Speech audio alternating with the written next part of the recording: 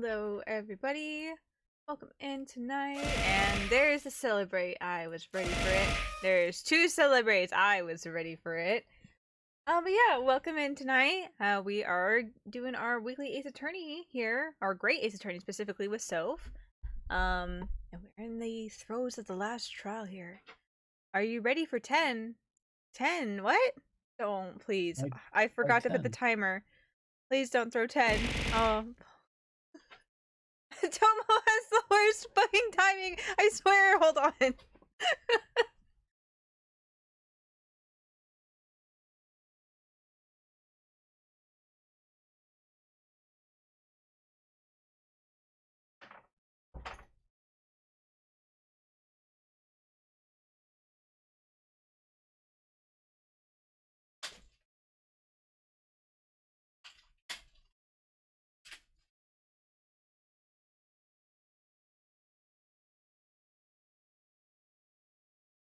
Okay. Whoa. Wow, I was going nuts. I swear, literally anytime I come back from an ad break or start stream, Tomo's like, let me in. The instant I sit down and I start doing stuff. I was like, you couldn't have come for the hours before stream. Or the like 5 minutes I usually take an ad break. Always immediately afterwards. Like he knows or something. Like he knows. But yes, tonight we are doing our Great Ace Attorney, and we are in the last trial of the first game. And there are still so many questions we need to be answered. So many questions. Hitomo Hey Soph. I don't know what that was. It's the two stream pets. The dog and the cat. Oh my god.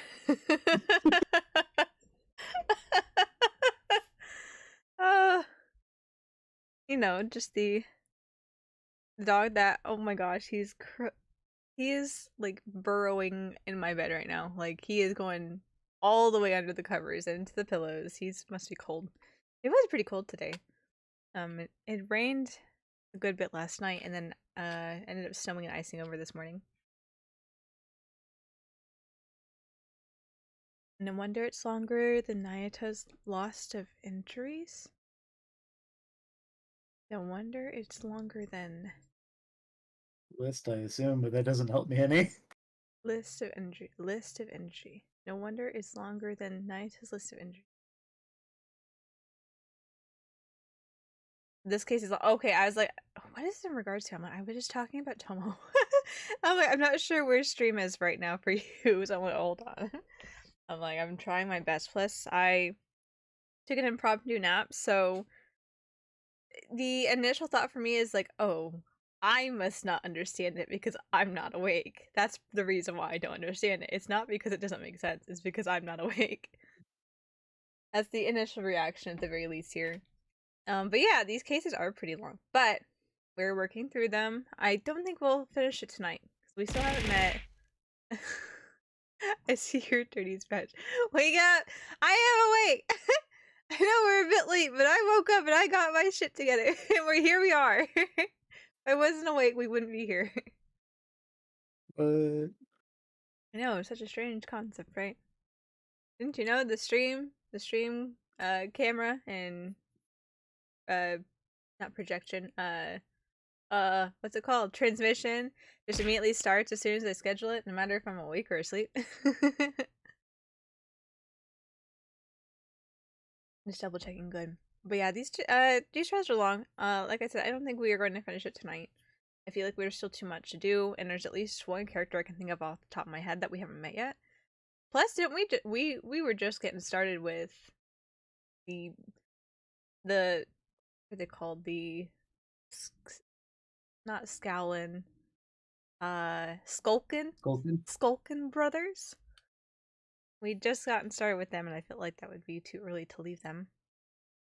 Work real quick, so today switch end press, hopefully. Alright, come better, Osfar. Have good work. I'm a skulk too, alright. Alrighty. You wanna kick it off for us, so? Order, please. Let us resume proceedings. Oh, I'm gonna have to voice Insights right off the bat, too.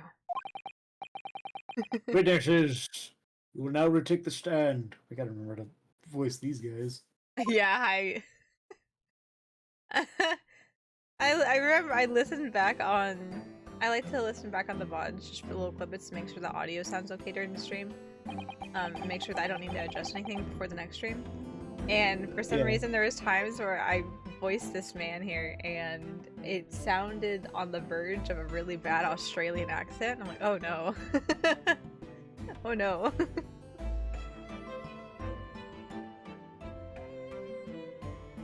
I presume you heard the Defense Counsel's submission examination that I totally remember. Yeah. Oh yeah, Governor. I did, Gov. I did.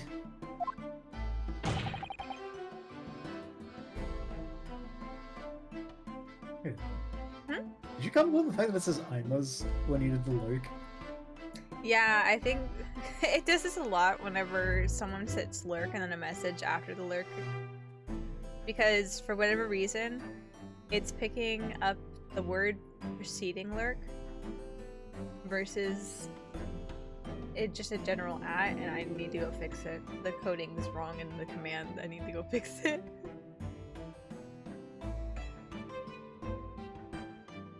Mr. and Mr. Skulkin. What? That's weird to say. That is strange. You know, at that point I would say Mr. Skulkin and Mr. Skulkin if I was going to be like that. Yeah. Or Mr. Skulkin. Mr. Skulkin. Cool! Blimey! This is going to be hard work.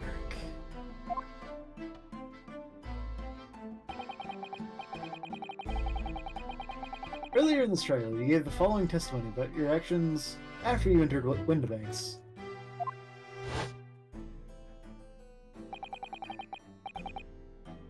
Well, it was bedlam soon as, wasn't it? Yours, Ash, it was. Didn't even have the time to pull me dukes out of me Lucy lockets.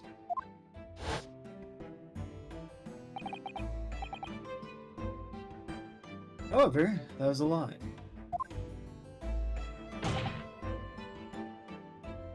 You brothers! Oh, brother. Cool! Blimey! On the night in question, you rifled through the items on the victim's counter. Very carefully, but not carefully enough. We never done nothing of the sort. How do you figure that out?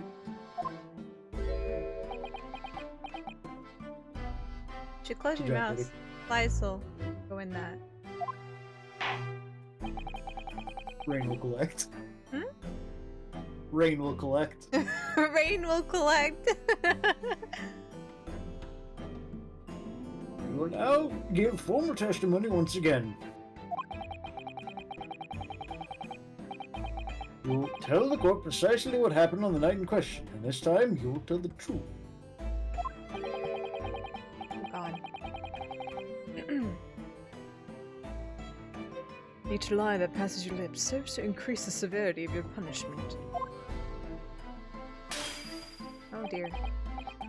And that, gentlemen, may deal a crushing blow to your chances of ever seeing the light of day again. Yes. A thought worth pondering, perhaps. Say no more, Gov, we hear ya! Good plan. Let's quick. Well, Peach. Peach? Peach. Peach? They are pear and apple after all. Man, what a pair. Ah, that could have been the stream title.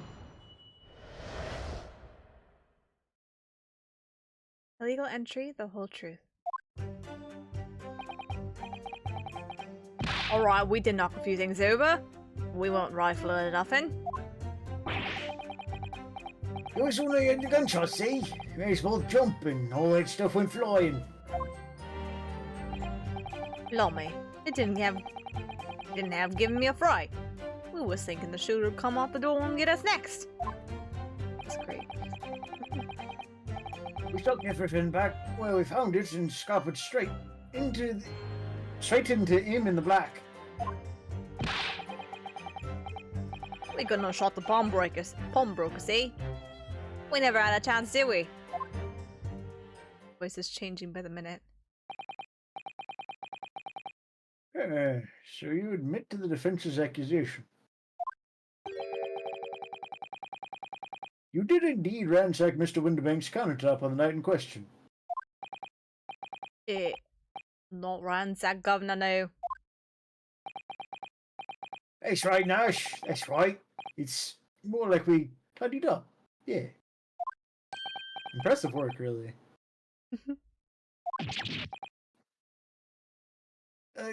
Sorry. By their own admission, these brothers entered the pawnbrokery under dubious circumstances. However, they panicked and fled on hearing the gunshot, having first made good their mess. The way you say it, we hardly sound like roughs at all. We don't, Nash, we don't. Can't you make us sound a bit more cutthroat? It can't just be the coincidence that these men showed up at Winterbank's that night. There's more to their testimony than meets the eye. I'm sure of it. And then there's Gregson. I did get fish and chips tonight. There you go.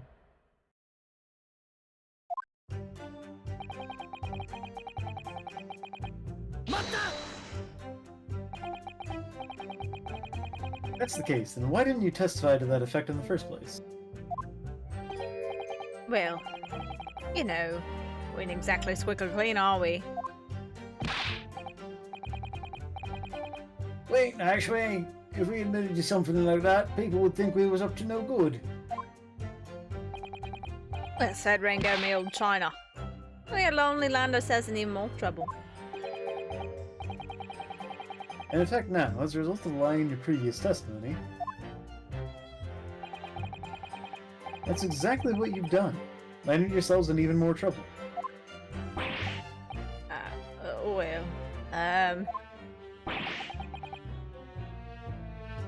That's rotten luck. Says the rotten apple eater. Witnesses, explain your actions to the court. Why did you ransack the victim's counter? We never ransacked nothing! Right, Ash, right. More like we tidied the place up.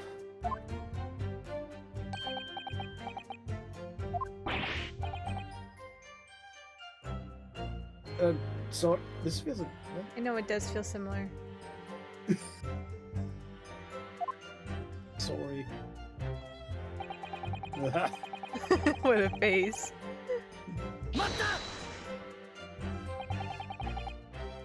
So what you're saying is...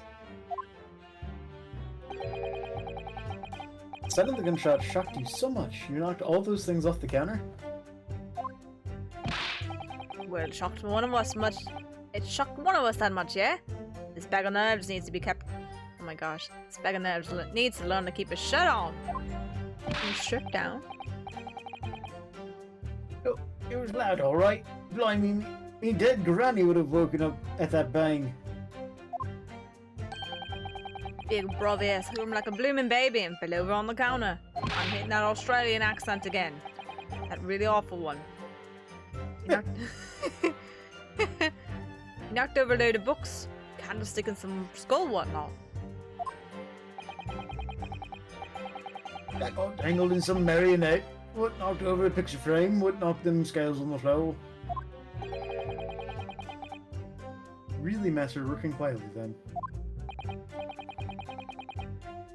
What a racket! Me granny would have been scared back into a grave at a clatter like that. So in short, the gunshot took you by surprise. It did some. I mean, it was quiet. It was quiet as a mouse, and then all of a sudden, bam! Why can't I get out of this? I just need to stop. Gregson, help us.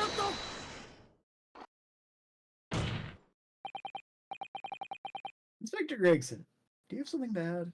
Down, down, his fish and chips very violently.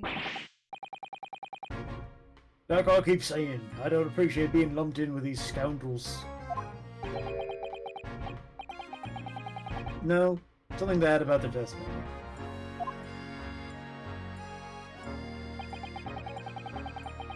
You seem to react just now at what Mr. Skulkin said.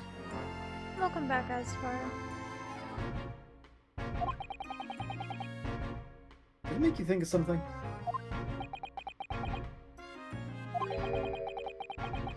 It's probably nothing, of course. Please enlighten us. I wouldn't even bother to mention it. Only, Gregson. well, the fact is, cases don't get solved if you ignore the little details. Yes, indeed. So share. How about you just tell us what's on your mind?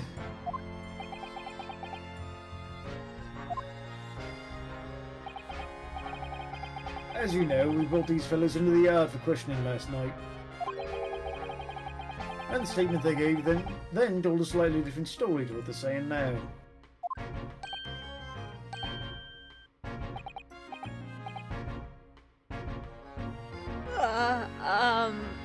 Did it? You claimed you heard the victim shout something out before the gunshot. Really now? I don't remember that.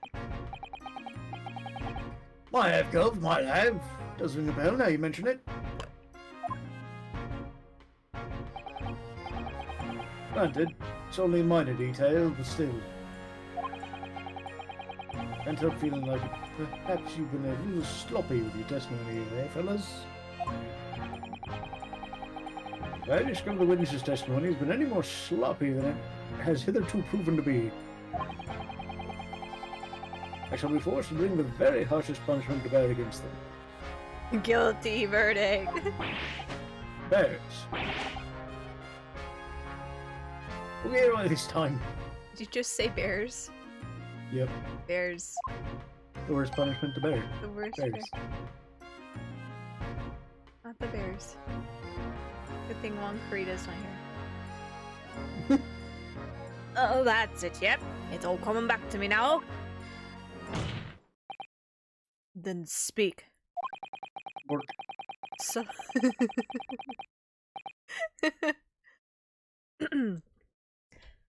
Supplement your testimony with whatever details have miraculously returned to your questionable minds, sirs.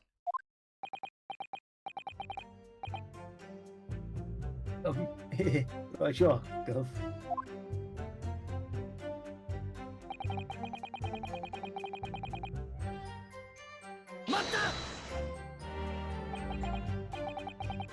So in fact you heard the voice and the gunshot almost simultaneously? We did, Gov, we did. Although, I suppose if you're being honest, we had a kind of wavering voice before the yell and all. If you don't want to get shot. Give me that gun! Damn.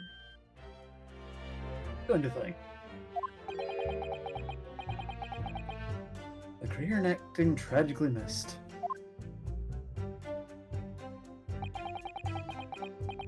And where were the voices coming from? Could you tell? Of course we could. From the other side of that door, behind the counter it was.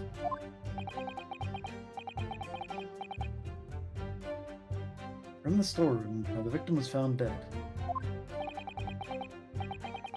And the voice you heard, it was that of the victim, Mr. Winterbank.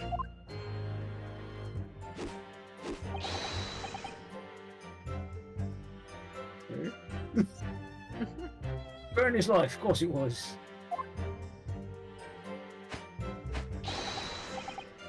On his granny's life, of course it was. Wasn't that the same granny? Theoretically. I guess it depends on how they are brothers. True. So, that would mean... You both knew Mr. Winterbank and the sound of his voice? So that would mean what? What, Ash, what? Any ideas? Yes, Counsel, indeed it would.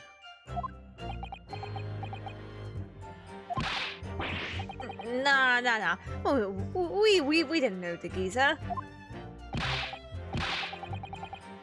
How am I supposed to deny it when that bloke in all the fancy cloth was giving us the evil eye? You're gonna die next. Oh, how did I know? Yeah. If you value your lives, you will ensure your testimony is accurate and true. On my granny's life it is. On his granny's life, it must be. It's a good job as granny's dad. To summarize then, immediately after hearing the voice of the victim, you then hear the gunshot, causing you to stumble and accept the items on the counter, scattering them over the shop floor. Man, sound like we're clumsy. Don't forget we tidied up like good little boys. Anyway, the way I see it.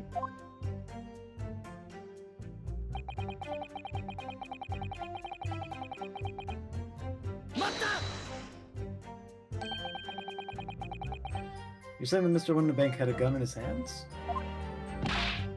Oh yeah, but that was a sight, eh? The two of them waving them guns at each other. Must have gotten pretty heated. I mean, just before he shouted, we heard the geezer say, "If you don't want to get shot." Didn't really sound like he meant it, mind. More of an empty threat, you could say. Mr. Winterbank was known to keep a revolver on his shop counter at all times. People say that to protect the articles he's keeping. He'd rarely put a bullet in someone's head if required, specifically his own. Yep. That's someone being himself, of course. So how's that visual novel coming along?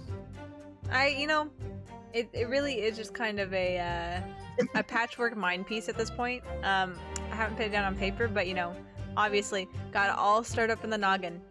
I'm ready to publish. So, like most of the writing that we do. Absolutely. How did you know?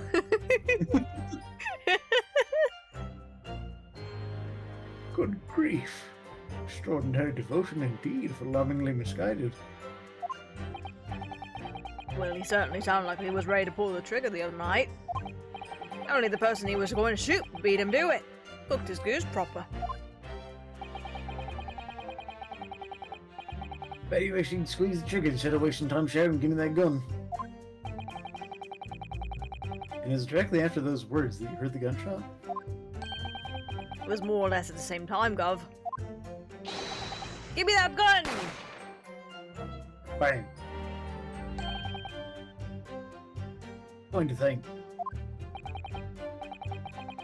Yes, you're enacting very tragically missed. And repeated once yet again. Then we heard the sound of someone hitting the deck. Before everything went dead quiet. After that, we done a slapdash job tidying the place up. I would not have fucking bothered.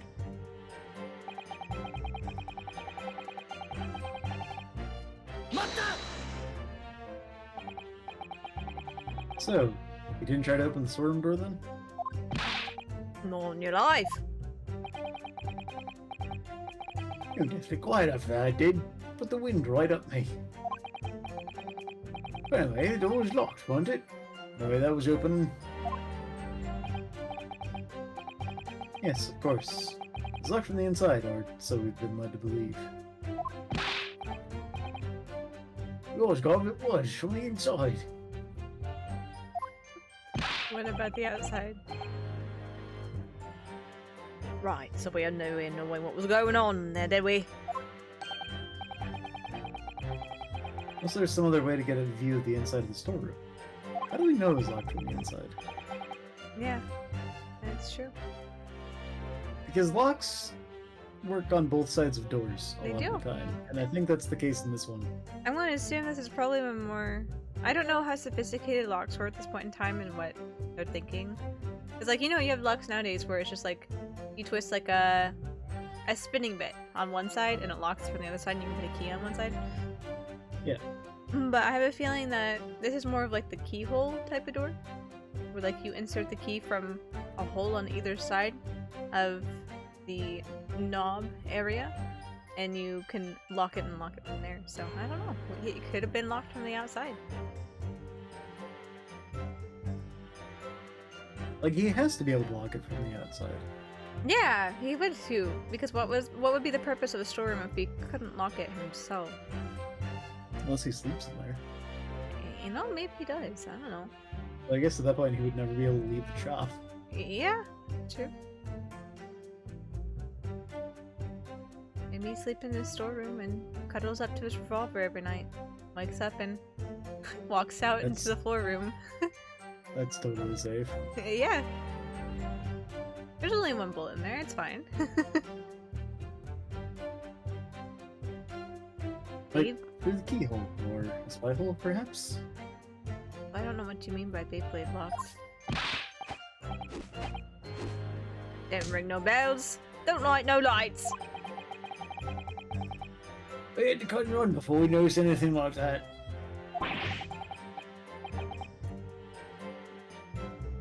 We're still cutting on. I I wasn't quite sure earlier. I kind of spaced out watching the mouse move. I'm like, it's probably just my turn since they talk. Yeah, I don't know, since they kind of talk not in tandem, not in canon. I don't know. They finish each other's sandwiches. We're still cutting our teeth in this game. See, one day.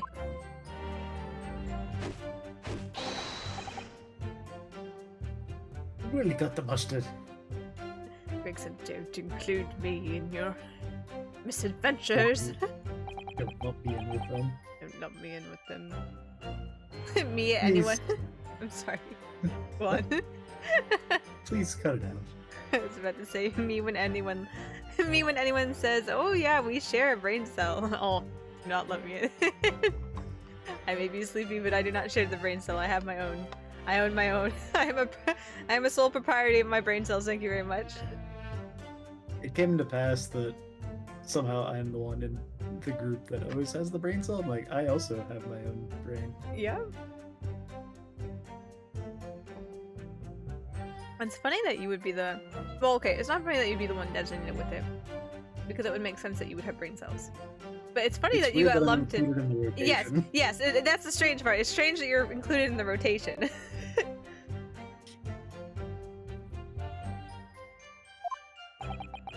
Like on Saturday when people were making the assumptions about who was the smartest person in the voice chat, I'm like, hold on.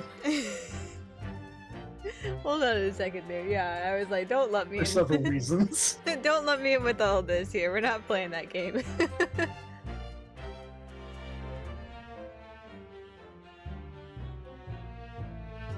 But as we know, behind that door was the victim's lifeless body. The accused not 2 feet away. Yes, unfortunately.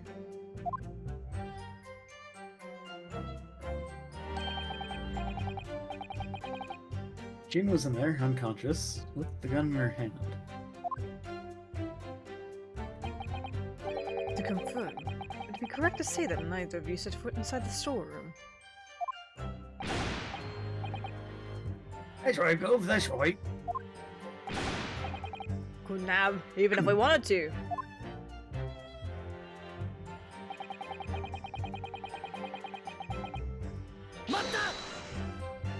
And shot my friend. Yes, whereupon you fired a shot from your own gun at Mr. Herlock Sholmes. That visual novel is coming along great, so.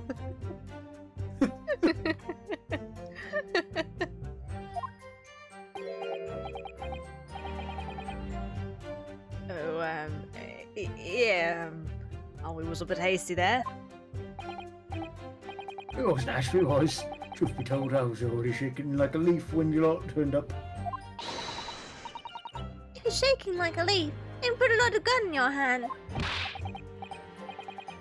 Good advice, miss, good advice. Truth be told, my mind went totally blank. Before your mind goes totally blank, make sure you don't have a loaded gun in your hand.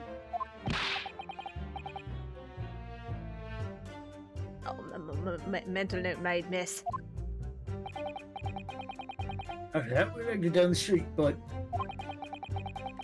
apparently we looked dodgy to the coppers or somewhat, so they clapped the derbies on us like we winking. Hello, Necro. Thank you for the celebration. Oh, Welcome in. Come to enjoy our beautiful pro-level voice acting.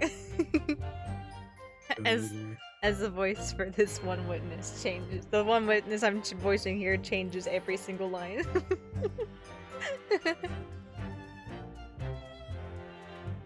And after you've been handcuffed, the police found this revolver in your possession, correct? well, yeah. Well, listen now, prove it, don't I? Eh?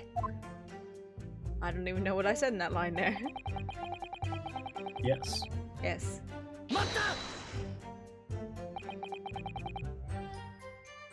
And why should we believe that? Well, because it's true, isn't it? Place was totally empty when we went in. At that time, the victim was already in the storeroom. Having been forced to open the door by the accused, who had fired a gun to his head. Oh, sorry, not fired. Who had a gun to his head. In other words, on the night in question, these two witnesses never even laid eyes on the proprietor of the pawnbrokery, Mr. Winterbank. Correct. You got it, mister. Down to a T.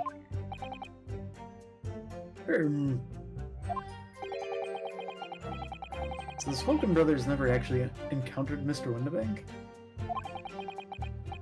Is that really true, I wonder?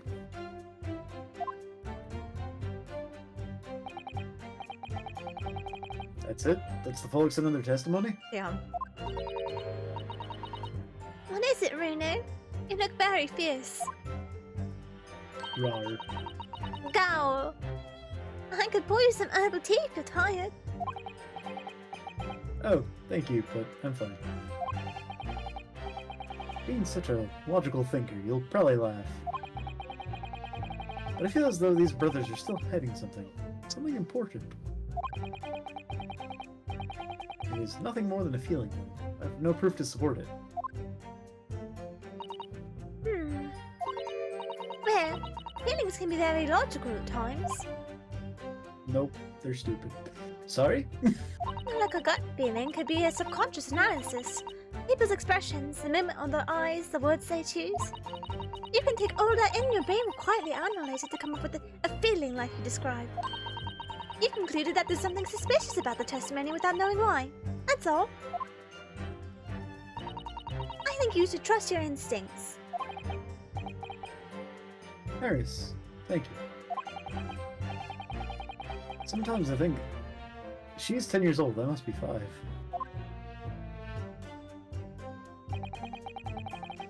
Okay. So I'm assuming we're probably... Where is it? That got added. I'm assuming we're probably messing with that. And what do we have? Just before the gunshot we heard a voice yelling out, "Give me the gun."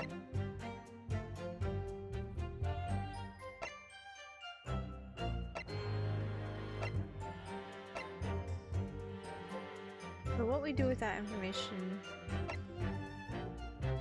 who knows?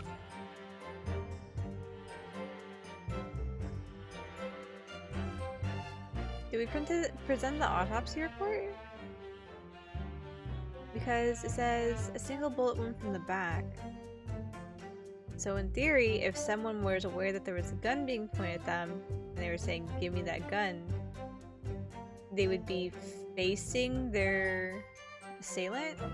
So it would have been a gunshot wound through the chest.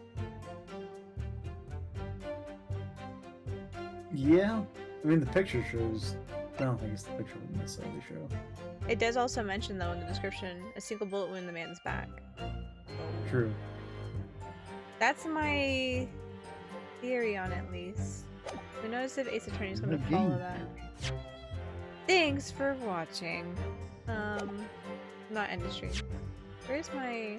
I've totally forgotten all my. Be sure to smash that like button. Because we've got like buttons here on Twitch. Yeah.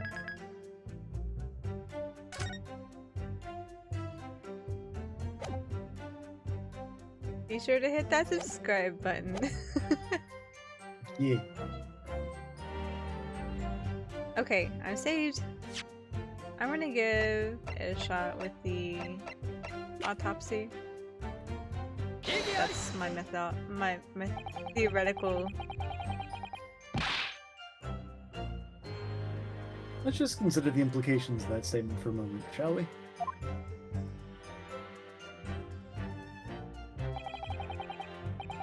What implications, Counsel? Nothing strikes me about it. Exactly, there's nothing striking about it. Yusuke, What that means your propensity for the inane, however. Gosh damn it. I thought I was using my brain. I was quietly, rationally thinking through this. I felt awake enough to come to this conclusion. Gosh damn it, Judge.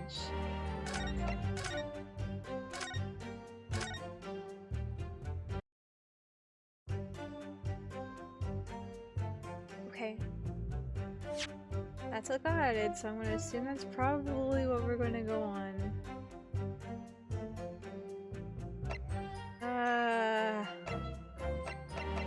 Here. Thanks for the stream. Yep, you're welcome. Now it's time for me to also go into retirement like Matt Pat.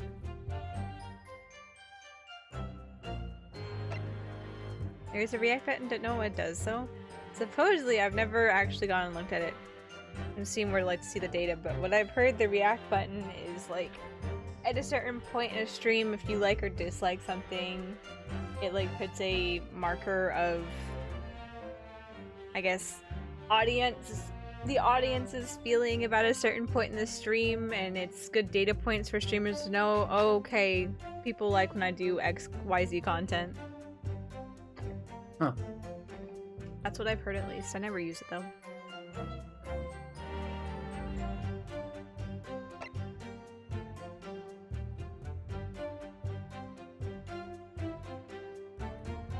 Just before the gunshot, we heard a voice yelling out, "Give me that gun." Also, why stream quality crap?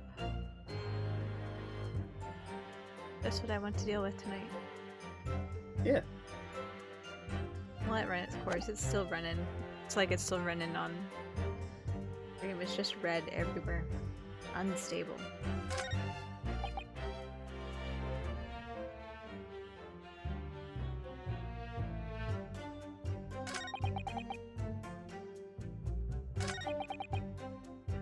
Should've just fired instead of yelling at the girl.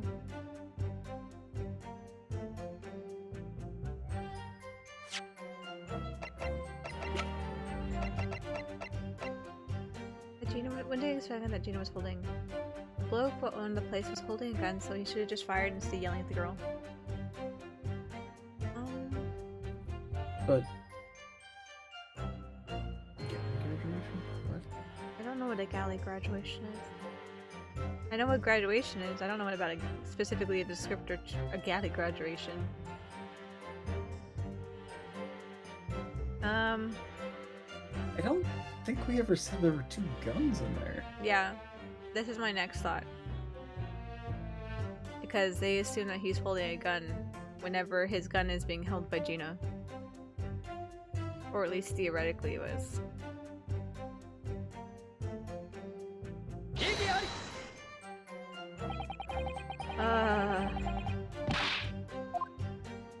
Nope. That do What are the implications of this strike? How about that? I don't wanna. I'm trying, but okay. I think those are both valid points to bring up.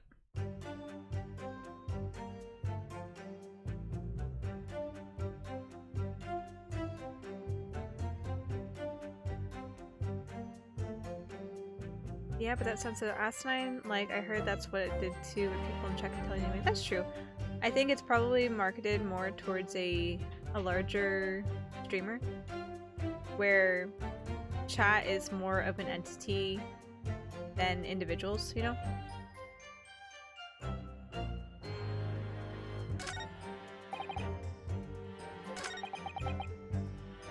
I don't know where to go next.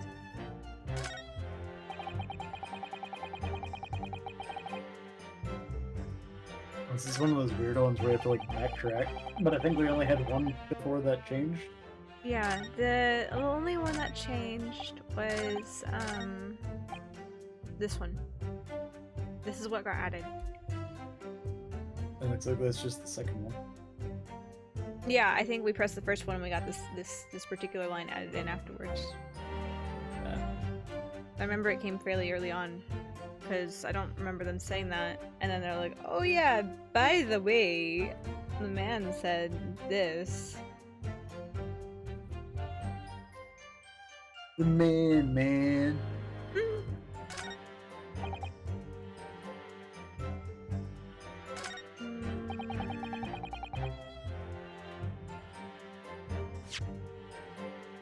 What do we have? Pawnbroker cat. Pawnbroker ticket with the cat on the back. Somehow we still have Gina's representation papers. Blood sample analysis, that doesn't seem applicable right now. The Hound of the Baskervilles, which also doesn't seem applicable right now. Another pawnbroker ticket with a cat on the back yet again, with blood for Mr. Mason. McGilda's case notes, which I also don't think is relevant now. Seeing all this evidence too also leads me to believe that we are nowhere close to the end of this trial. Yeah. We haven't even scratched the surface. We haven't seen Mr. Man, and we also have not touched on anything in regards to McGilden, so...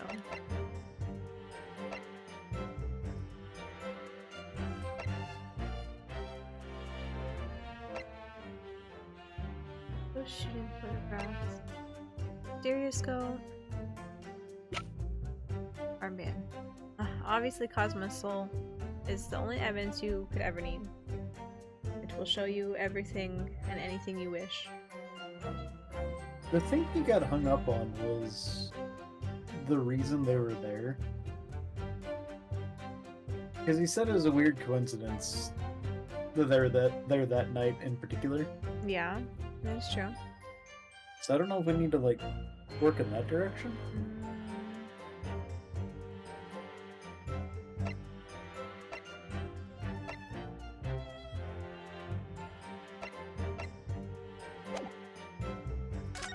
I think they say that would allude to why they're there other than just coincidence.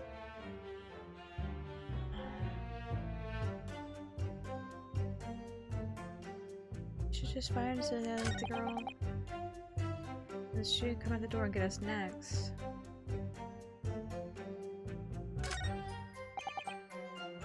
Stuck everything back where we found it and scarpered straight into the blood. I don't know why. If you're afraid that he was gonna come out the door, why did you clean up? Yeah. Never a chance, did we? Unless you locked it from the inside and closed the door behind you. If that's such a thing that could work in the olden locked days.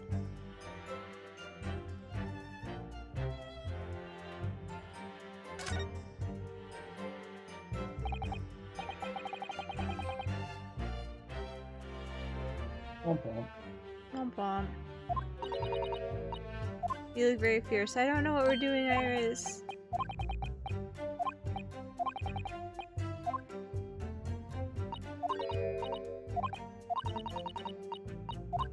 Iris, your advice is not very adviseful.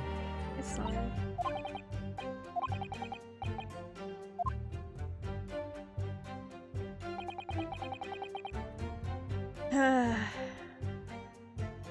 We weren't rifling for nothing.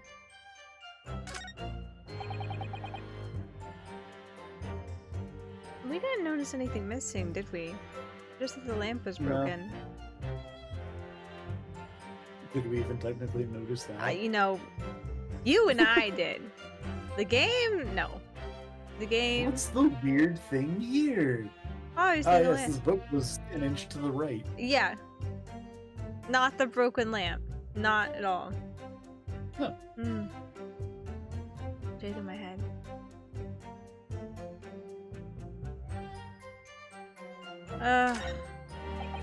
No, I don't know. It might have been only like once. We haven't really pulled up walkthroughs very much for this game, I'll say that. Feeling it's a girl. Shooter come out the door and get us next. Take everything back where we found it and scarf it straight into the black. Straightened into him in the black.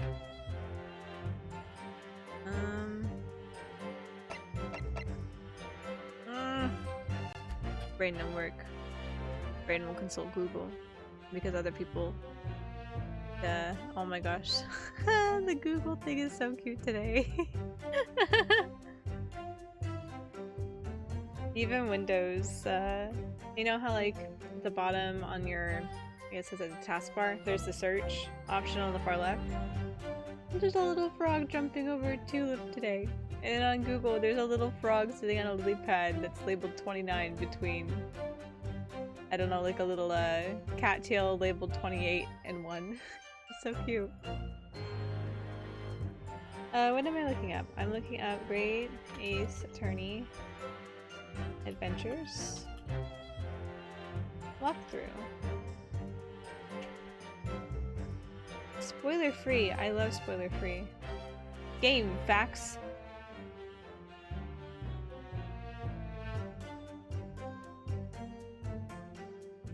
Wow, it looks like I'm reading off of a command prompt.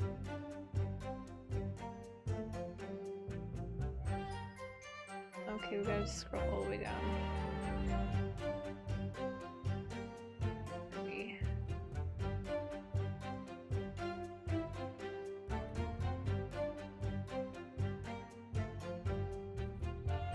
Clouded Kokoro, The Unspeakable Story. Forgot that was called that. Where are we? Clouded Kokoro. We need to go past Clouded Kokoro. Resolve of Naruhodo Ryunosuke, or not Naruhodo Ryunosuke. Ryunosuke Naruhodo. Oh, I've gone to the next game. I shouldn't look at any of this. I've gone to the next game. Good thing it all looks like a command prompt and I'm not taking in any single words. There's no pictures to confuse me. It's the full ASCII image of Herlock Sholmes. I swear. I fucking swear. Wait. How did I go? Right past it. There it is, okay. I was like, oh, Clouded Kokoro, and I'm like, wait, I'm back in Resolve again. Gotta scroll back up. I'm like, wait, I'm back in Clouded Kokoro again. Wait, I'm back in Resolve again. Where the fuck is the Unspeakable Story? Okay, we are in trial. Investigation. Trial.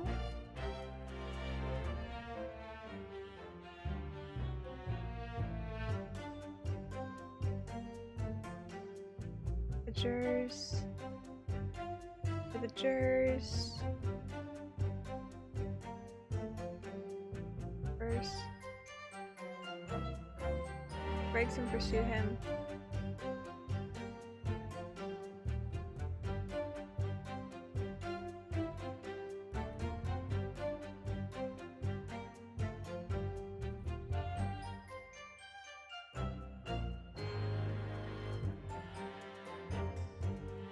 Are you joking me?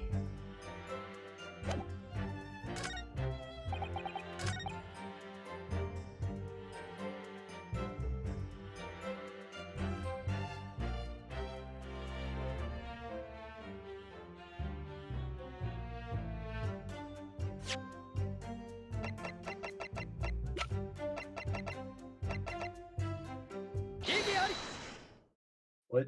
I don't know. I really don't know. Like, it was a weird statement, I'll grant that, but Yeah. it's also a weird thing to present on that statement. Yeah, I don't know. So you're saying that on the night in question, the victim, Mr. Windibank, was wielding a gun. Is that correct?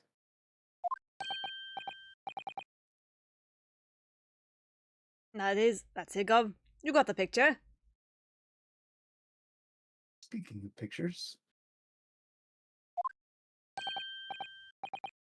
Yes, Nash, he has. No question. And yet, photographic evidence obtained immediately after the incident clearly shows.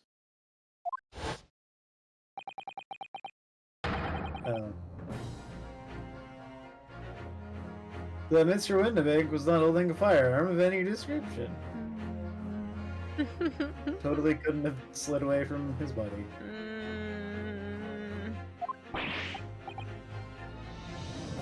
Eh? You what? Gordon Bennett, that ain't right. Who's Gordon Bennett? I don't know. There can be no question that the victim's revolver was used in the incident. I would remind the court that Mr. Windebank's gun was found at the scene. Not only was it identified as the murder weapon, but it was found in the accused's hands.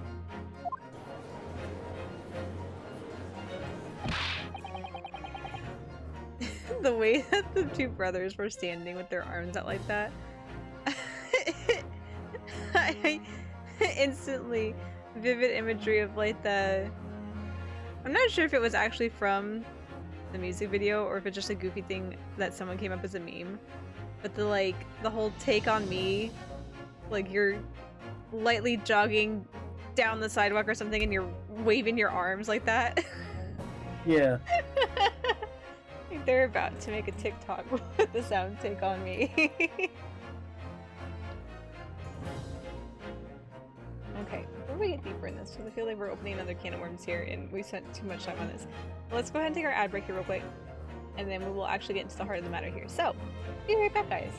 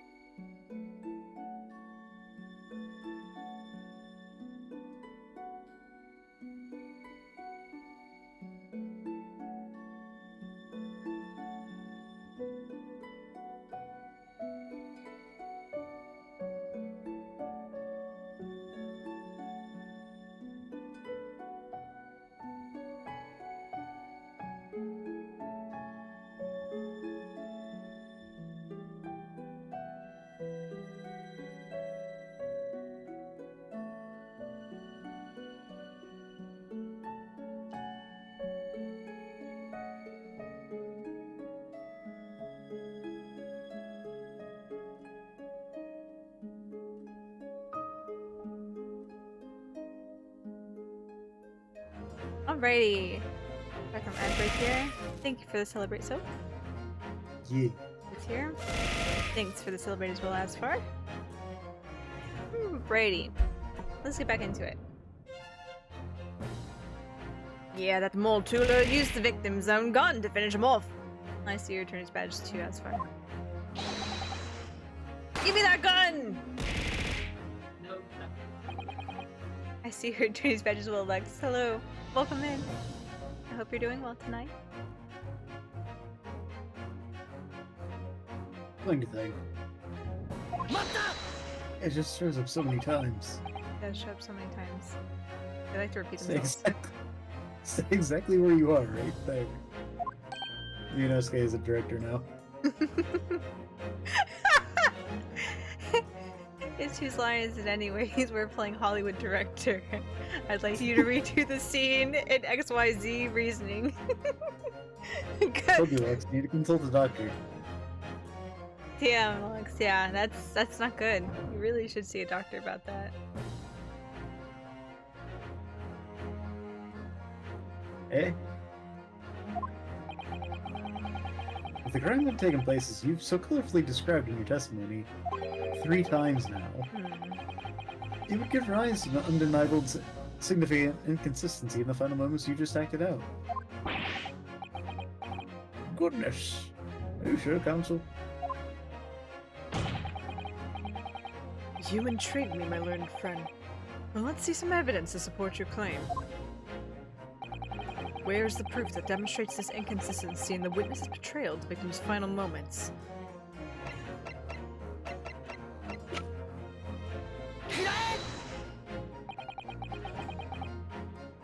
According to their testimony, the Oratrice Mechanique d'Analyse Cardinal, You the know, witnesses claim to have...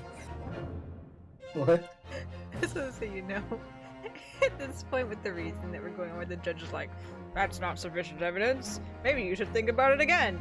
And we do one thing and present it again. I would honestly potentially prefer Nuvolet and the Oratrice Mechanique d'Analyse Cardinal now. At the very least, I can provide my evidence in a logical fashion, actually get to the point instead of having to jump through hoops to be able to finally present my evidence. That makes sense. And then they 5 pieces of evidence and I have to burn through 4 of them before the game's like, you did it, good job. Yep. No, that's not right. That's not right. Witnesses claim to have heard a shout of, give me that gun, followed by the gunshot.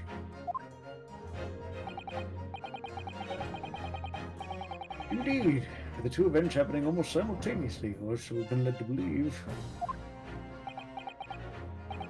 Yes, that's right. Now, if that testimony is true, it would mean that at the moment of death, the victim and his attacker would have been facing each other. However, in the autopsy report, it clearly states that the victim died instantly after being shot from behind.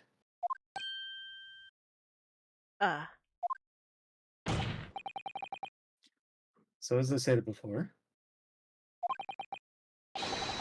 there is an undeniable inconsistency in your testimony, Mr. and Mr. Snookin. Yeah. Uh, But it's the God's honest truth. Yes, actually, when he was shot that night, Shopkeep's had a gun in his hand. We saw with our own Boyd and Wise. we know. Boyd eyes. Did I hear you right just now? You actually saw Mr. Windenbank holding a gun?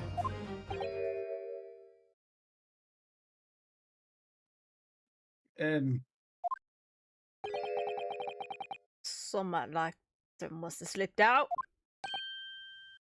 Ben 6 is not happy.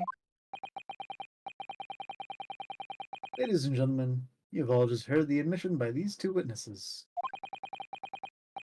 That on the night in question, they actually saw, with their own eyes, the victim wielding a gun. Which can only mean that despite their testimony to the contrary, the Skulkin brothers must have encountered the victim in person.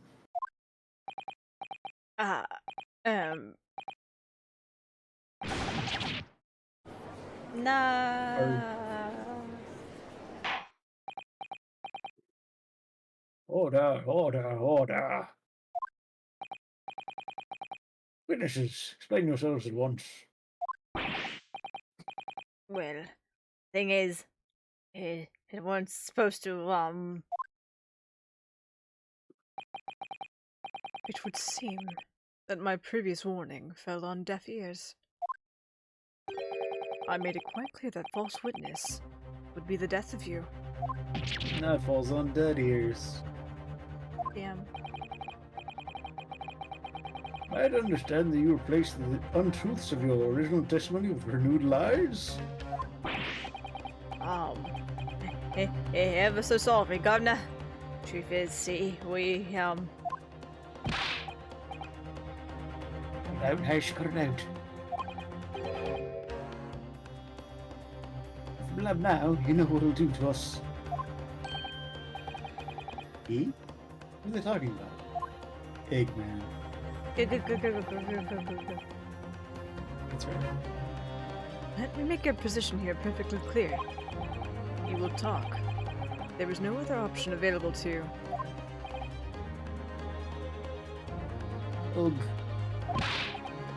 Bruv, come on. The game's up. But you'll have our guts regardless. What a strange phrase. Case hasn't quite sunk in yet. No matter how hard you try to hide it, the truth will come out.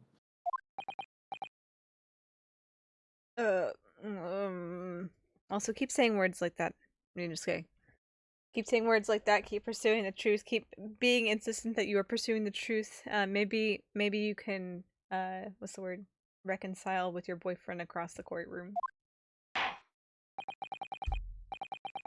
The night in question, it is now apparent that you brothers met face to face with the victim.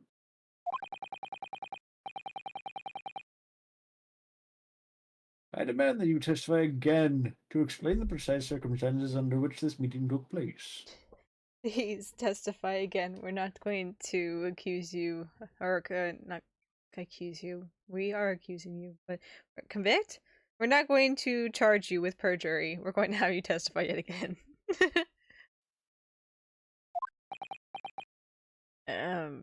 Well. Do we have to? His boyfriend already died at the beginning of the game. You don't understand. Rinosuke has too many boyfriends. More than just This the one. is an Otome. Yeah, this is an Otome. We established this last stream. You know, I actually have been playing Otomes all month for February. Specific plot twist. Great Age Attorney Chronicles was Otome all along. On pain of death, I suggest that you make yourselves fully aware that this is your very last chance to tell the truth. Michi's an Otome main. I'm not even voicing Rinosuke. I'm not even quote unquote supposedly romancing these other guys. Rinosuke's doing it all on his own. Encounter with the victim. Alright, so we just got inside the gaff and needed to sigh or leave when the geezer showed his mug.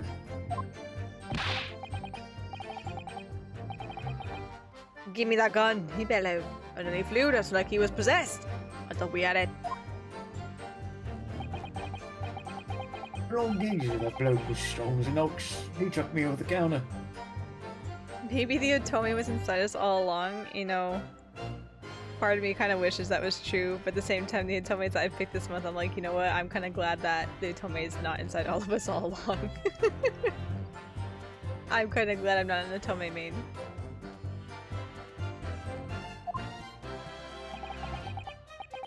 I pulled me. It's an email that's not working. Probably is, I'm assuming. I just see words that are smashed together. I pulled my gun on him, and then he legged us through that door into the back room.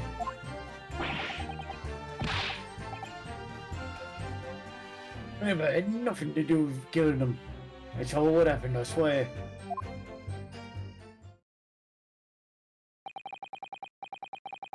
So you're telling us that moments before the victim was killed in the storeroom, you in fact encountered him in the main part of the shop? Well, yeah. So sorry. Well, we find ourselves in an interesting juncture. This changes matters considerably. But honest, Governor, this time. This time. I ain't got nothing more to hide. Very well, counsel to the defense, you may proceed with your cross-examination. Yes, my lord. This is it. The moment I've been waiting for.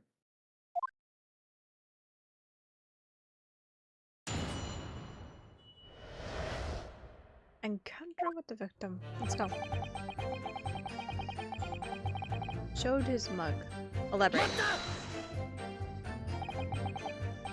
You say geezer, I presume you mean the victim and proprietor of the shop, Mr. Winterbank? Well, sorry, I mean, that's right. We was keeping a close eye on the entrance to the gaff, obviously. We never thought no one was going to come out of the back room like that. Back room being Plum Boogery's storeroom.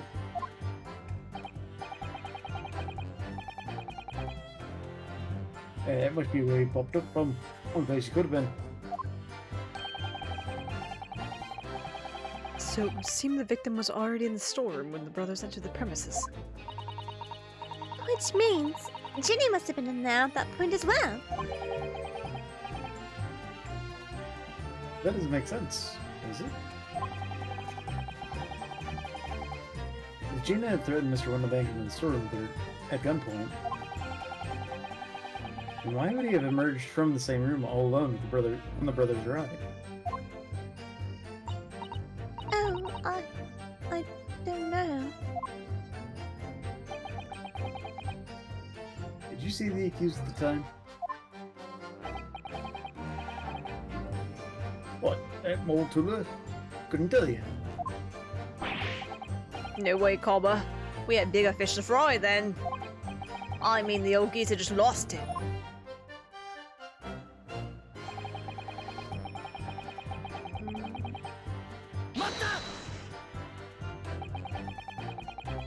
You mentioned that Mr. Windelbank shouted those words in your previous testimony too. How can you claim that you heard him yelling them on the other side of the storeroom door? Oh, did we? The truth is, he was shouting those words at you, wasn't he? Well, yeah. Was the victim, Mr. Winterbank, wielding a gun at the time? Was he ever? Let me. A great ugly belly had, pointing straight at me frontispiece. Frontispiece? What a new word. So you're saying is... You definitely saw Mr. Windelbank with a gun at that time. Is that right? He's got really spot on. Then all of a sudden, he came at us, he did.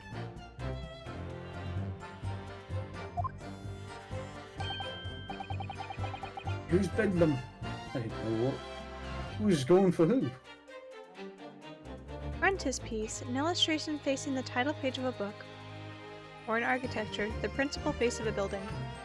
I'm assuming he's just using a fancy word for his front. Yep.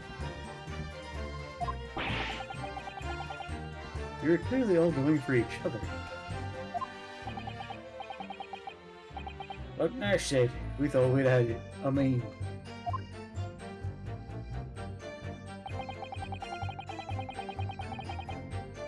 He chucked me over the counter! I didn't catch it the first time around. Yes, I noted that you mentioned the counter in your previous testimony too. Well, yeah, of course we did. He knocked over a load of books, a candlestick and some skull whatnot.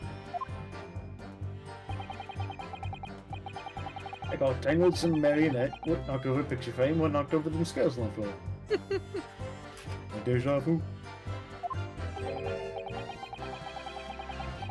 So in fact, it wasn't the sound of the gunshot that shocked you and made you knock those things off the counter.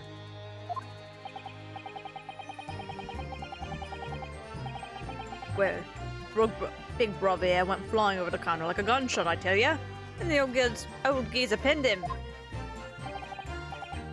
Yeah, actually did. If you hadn't been there, the bloke would have flayed me like a bloomin' pancake in seconds. At the time in question, the alarm was raised at the local police station via a secret cable from the pawnbrokery. There's a button under the counter used to activate it, which is presumably pressed by the victim. That's right. And the brothers fled the scene and back onto the street. They ran straight into the arriving police, didn't they? Oh, Mr. Winterbank. He did everything he could to protect his shop.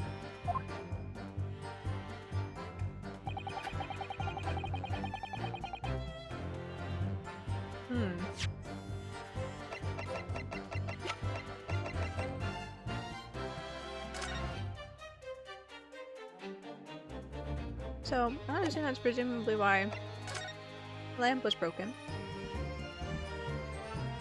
Because he got tossed over the counter. Yeah.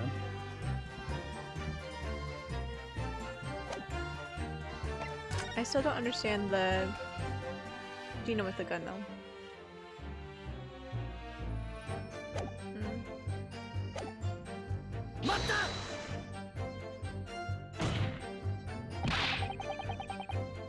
Are you intending to shoot Mr. Winterbank? Nah, never. I was just, you know, looking out for me bro, wasn't I? He was being flattened, don't forget. That man whose shop was being burgled, yes. And then, the man fled into the storeroom when you pointed your gun at him. Is that it? Yeah, that's it. He shoved me away, then ran off through that door and shut himself in. There's something about that last remark. Something that doesn't quite ring true. I wonder why Mr. Winterbank ran away into the storeroom. What? Well, according to what everyone's saying, Ginny was in there waiting for him with the gun. Ah, yes, that's right. Gina allegedly used Mr. Winterbank's gun to threaten him and force him to open the storeroom door. In which case, how did the gun end up in Mr. Winterbank's hands again? I have no idea. But that is strange, isn't it? This little inconsistency could be significant. I should make mental note of it. Look, the point is, me and my brother here, That's right, Nash, that's right. Need me, brother here. I'm the last one. You say you had nothing to do with it. Nothing at all. Nothing, Gov, nothing. The old geezer went and showed himself in the back room, didn't he? I keep seeing that and I keep thinking they're saying muffin. I'm like, oh, I can go for a muffin. Muffin, Gov, muffin. Muffin. Locked it was, from the inside. We know always, because we tried to open it. But it's a decent door, that one. Good and strong. Wouldn't budge an inch. So in the end, the situation remains unchanged. Inside the storeroom with the pawnbroker, there was only one other person. The sole person who could possibly have shot the victim. The accused, Miss Gina Lestrade. Egg. Not yet, Ryunosuke. Hold on. Eh? It sounded like you said, I know you said ag, like ag, but it sounded like you said egg. Oh. Not yet, not yet. More eggs coming soon. It would indeed appear so. What say you to that, Counsel? I don't know. Is there anyone else apart from Gina who could have possibly shot Mr. Winterbank?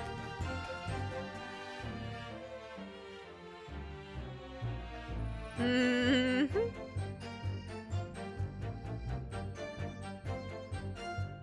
I'm gonna assume we probably had to go with yes. There could have been, because Gina was not the one that shot him. Unless we haven't gotten to a point where we can say it, but I don't know.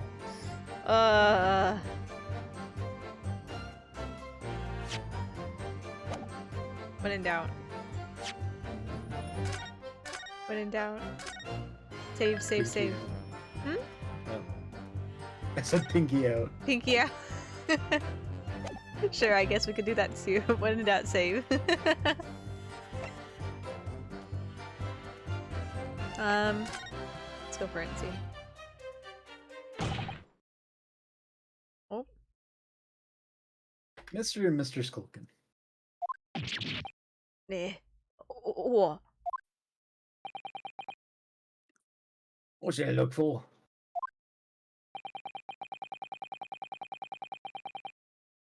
The moment you admitted that you'd encountered the victim face to face that night.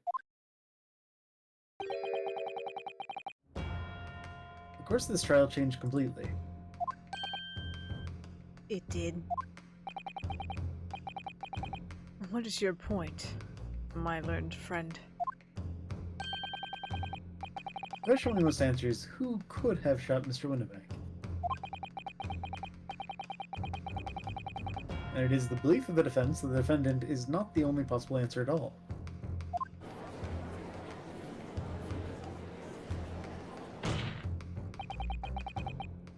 You have my attention. In that case, let us return to this plan of the premises. Oh, okay. I'm sure my brain probably considered this earlier, but never really pieced the thoughts together so much as just like fragmented thoughts. But well, Jean. Okay, this is still a fragmented thought. I don't have a full thought, full thought yet. But if the room was locked, potentially someone shot him through the window. Oh, well, it's from a downward trajectory, wasn't it? Never mind. Never mind. Don't listen to me. Thought incomplete. Logic incomplete. The victim was killed in the storeroom, which was locked from the inside. Those are the facts. So pray, what other possible answer to the question of who shot the man could there be? Counsel. Must now provide an answer to the court in respect to the two conundrums. Two, my lord? Twice as many chances to be right, maybe?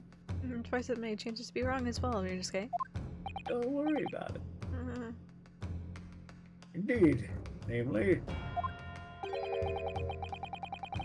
from what location did the culprit shoot the victim? And furthermore,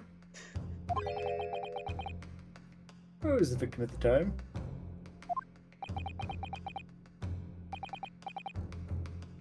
Understood, my lord.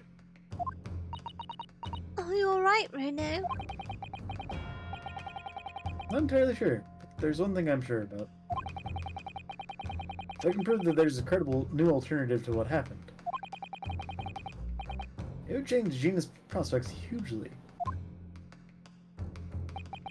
So now, time for some clarity. Show the court on this plan the answers to the questions posed by his lordship. If you believe someone else could have killed the victim, indicate from where that person could have fired the gun. Ugh. You know, I wonder if we're in a similar situation as last trial, where it's like, oh, if the knife fell from above, how did it plunge into her back? The same conundrum being here is, presumably, if someone was outside the store and shot through the little peephole window, then not only, like, yes, it could make sense how it gets in his back, but, like, being from a lower, quote-unquote, perspective. Mm-hmm. What if he was the one that opened the trunk, and so he was, like, knelt on the floor? So, with being leaned over the trunk, that I think had the Hound of Baskervilles in it, yeah.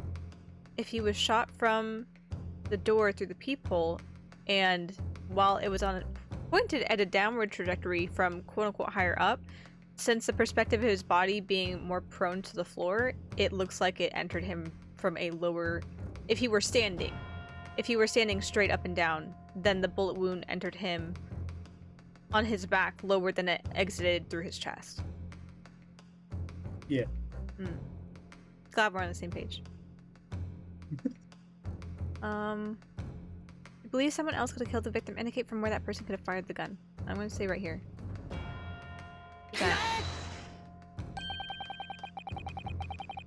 Defense believes that the culprit could have shot the victim from this location here. Van Zyke's like, you idiot. And in answer to the second question, assuming the culprit fired from the location indicated, where was the victim at this time? Looks like somewhere over here?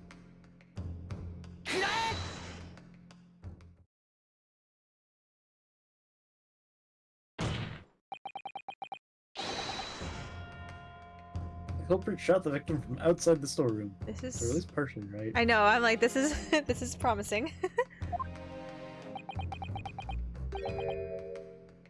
Continue. Mr. Windabank died instantly from a bullet wound in his back.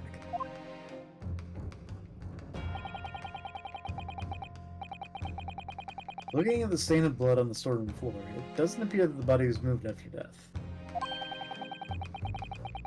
Which tells us that he was almost certainly shot while he was in the storeroom. However, the crucial point is, where was the shooter when the fatal bullet was fired?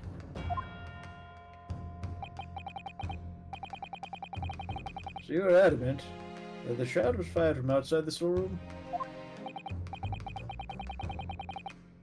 Well, according to the Skulkin brothers' earlier testimony,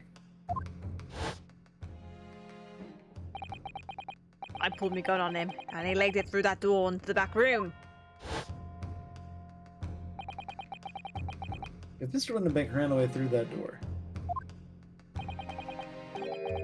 we have to assume that the door was open at the time.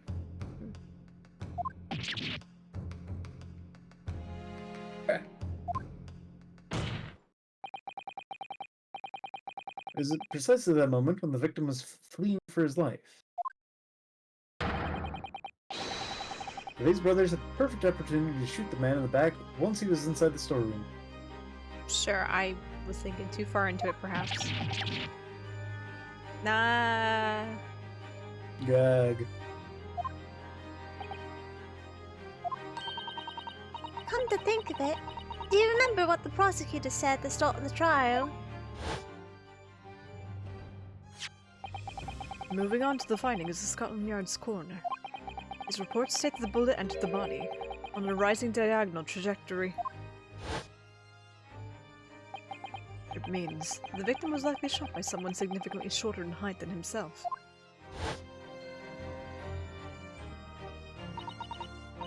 Oh man, shot while he was running as fast as he could for safety. Ah, of course. You'd been leaning forward as he was running away.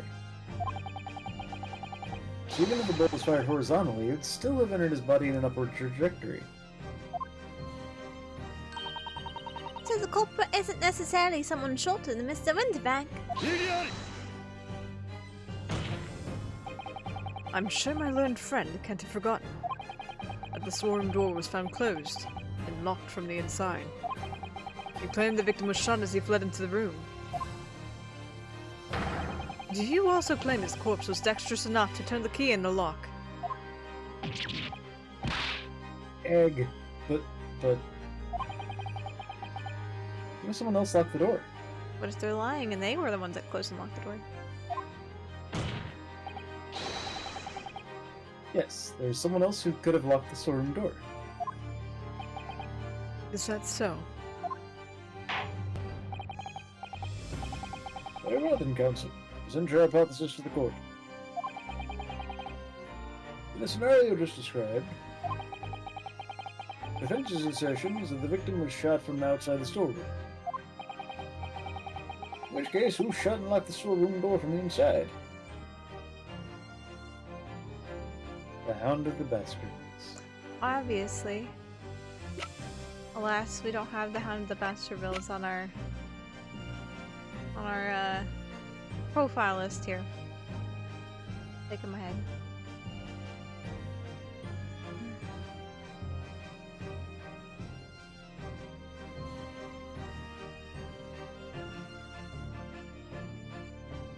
Okay, how about this? Gina's in the back room. Mr. Windabank encounters the Skulkin brothers. Sees that they're there. Is like, oh shit. Runs to safety behind the door. Gets shot in the process. Door's still open. Gina sees Mr. Windabank get shot and fall to the ground. Gina panics. Gina, wanting to save her own life, goes and locks the door. Takes the gun from Mr. Windabank's hand to go sit off to the side and attempt to protect herself. And then fell asleep. And then fell asleep. Now, did they say she was unconscious or just like asleep? I can't remember. I don't know. Oh, well, we came shortly after the incident happened. So she would have been Yeah, because the brothers unconscious. were Yeah. still there. The brothers were still there, yeah. But I don't know how she became unconscious. Yeah, I don't know about that either. If she also locked the door and took the gun. Yeah. But that's my assumption. If what we're saying is it's true that he did encounter them, run through the door, and get shot while the door was open. That's a logical thought to me, at least. I don't know what happened to Gina afterwards, but if I was in Gina's position and I saw that happen, I would have shut that fucking door and grabbed the nearest weapon I could, just in case that door got broached. You know? Yeah.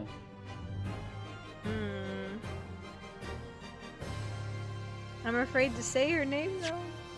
I'm afraid to say it. I can go with my logic, but the game doesn't always follow my logic, so I can't defend my point whenever the game's like, no, you're wrong. Obviously, she's guilty if you're going to say her name. I'm like, no! Hear me out!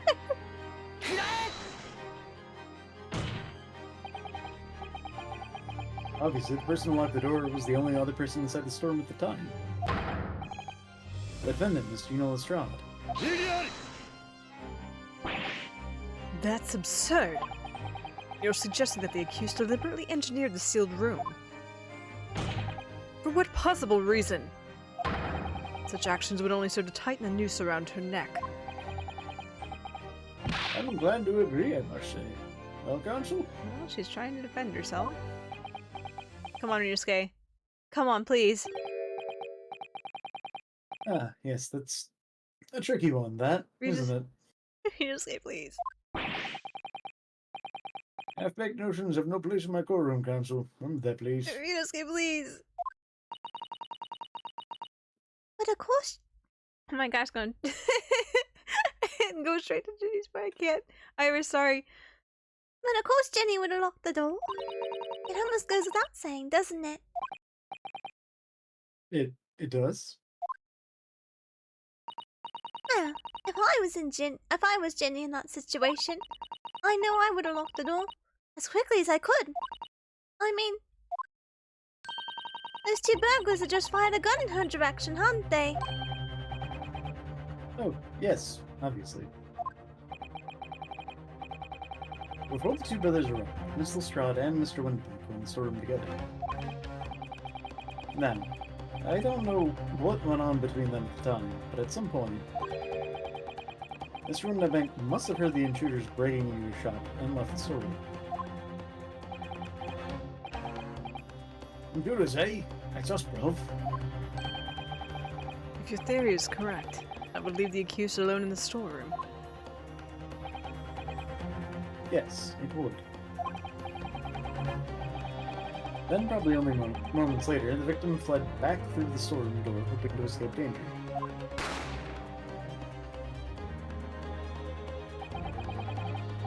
Hit in the back by the bullet, Mr. Winterbank fell to the floor where he was, just inside the storeroom. And what we have to ask ourselves now is, what would the defendant have done in that moment? I see where you're going with this. Inside the storeroom was a terrifying killer who had just murdered Mr. Winterbank. As soon as that thought struck Miss Lestrade, she slammed the door shut and locked it. In order to save her own life.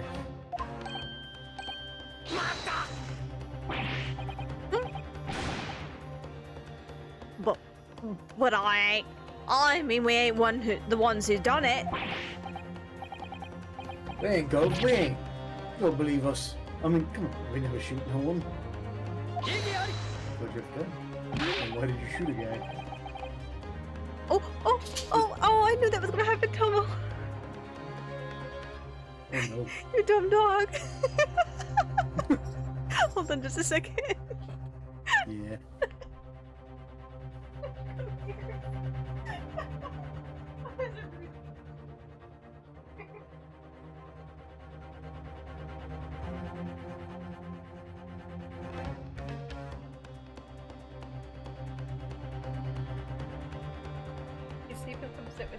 I've been watching him for probably like the last, I don't know, 30, 40 minutes. He's been asleep on the bed.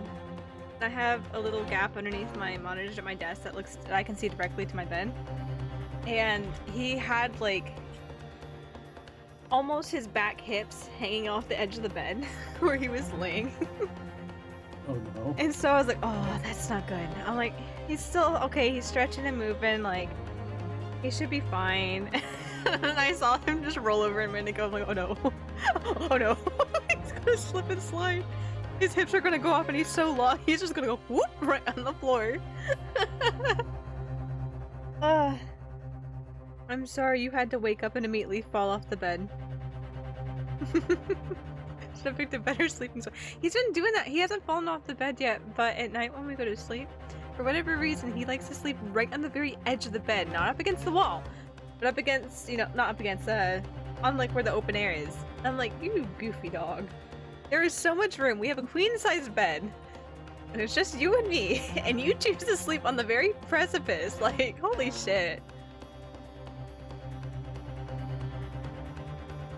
Okay. Clever boy. Hmm? Clever boy. Yeah, my dog, clever boy. Go back to sleep. My stream. Okay, would you read this again for me? That's blatantly untrue. I know for a fact that you would. Because before my own eyes, you shot Mr. Herlock Sholmes.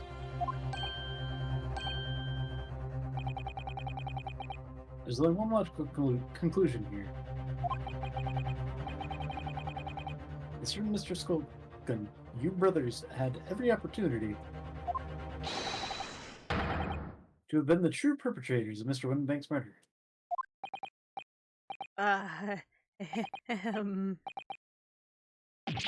Inhale, hail, gog. Ugh. Top-notch sound effects. Hmm? Top-notch sound effects. Oh, absolutely. If we're already top-notch voice actors, we are definitely exceptional. You know, at that point, I don't think it would count as Foley, but at the very least, we do great reaction sounds. Yeah. That was amazing, Runo. All the members of the jury seem to be firmly on your side now. I know. First time ever. And probably last. Yeah, I think you've done it. Surely they'll have to get the verdict, if not. I knew he... that position just screamed he was gonna start evil laughing.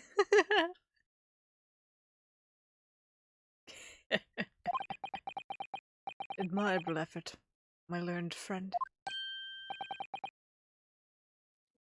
What's this now?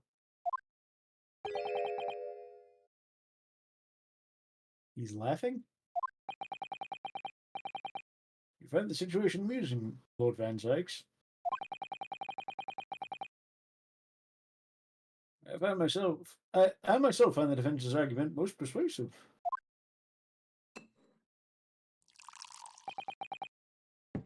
I dare say. Such chicanery is the bread and butter of the street performers of your provincial eastern nation. Such blatantly malicious... such blatantly malicious conjuring tricks amount to nothing more than inexcusable pedophagy here.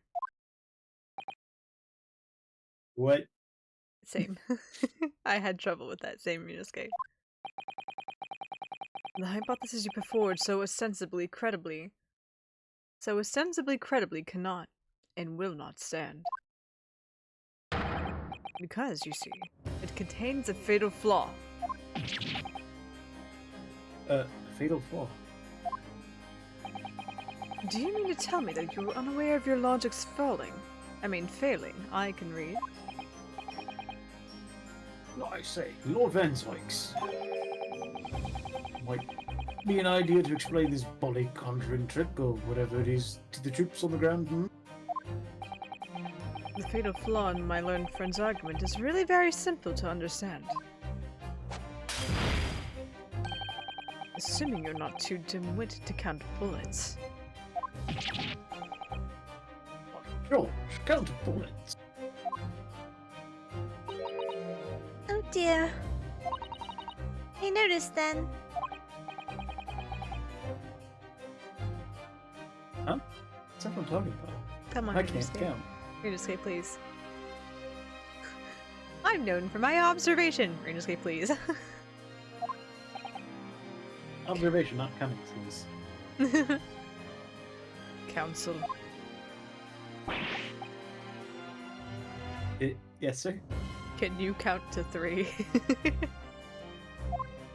1, 2, 4. Gosh damn it. Tell the court, how many bullets were found at the scene of the crime? 2. 2 bullets. Correct. The first of which hit the victim in the back, ending his life. And the second, that which struck the detective, Mr. Herlock Sholmes, on his arrival at the scene. Indeed. The defense presented a picture showing the damage caused by the second bullet early in the proceedings.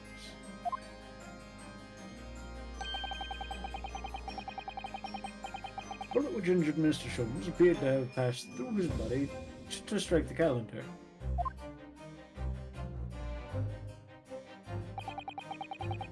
Your lordship's understanding is correct. Furthermore, we know that there are 2 firearms involved in the incident. The revolver belonging to the victim, Mr. Winterbank, and the Skulkin brothers' revolver. The evidence shows that a single bullet was fired from each gun. Yes, indeed it does. Single bullet from each. Now then, my learned friend.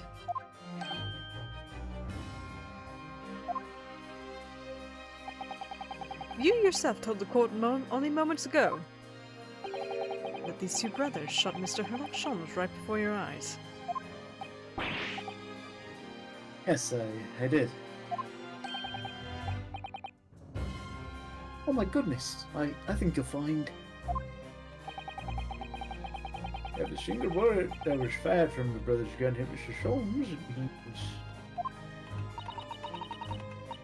Winterbank not shot by same gun. Stop. Only 1 bullet. Stop. Exactly. Yes, this Nipponese street performer presented an ostensibly credible argument. However, it was never anything more than a diversionary trick, with no hope of standing up to scrutiny. Warg.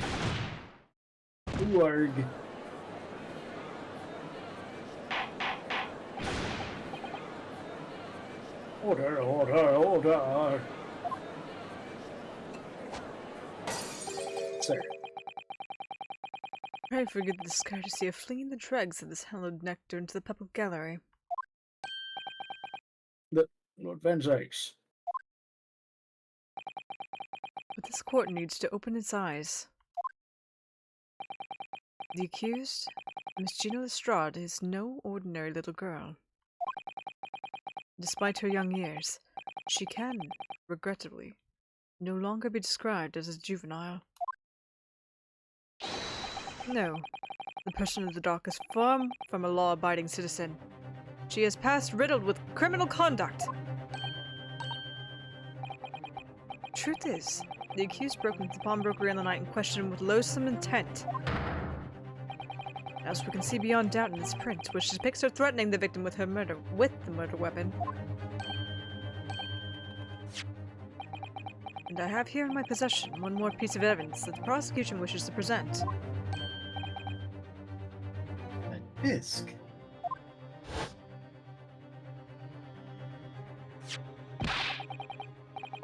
I'll be taking that, whatever it is, of McGillicuddy's down to the yard. Thank you very much.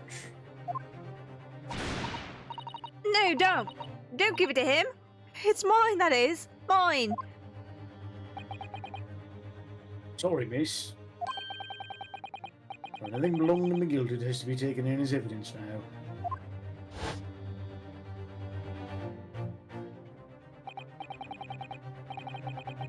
Yes, that music box disc. Matilda's music box disc.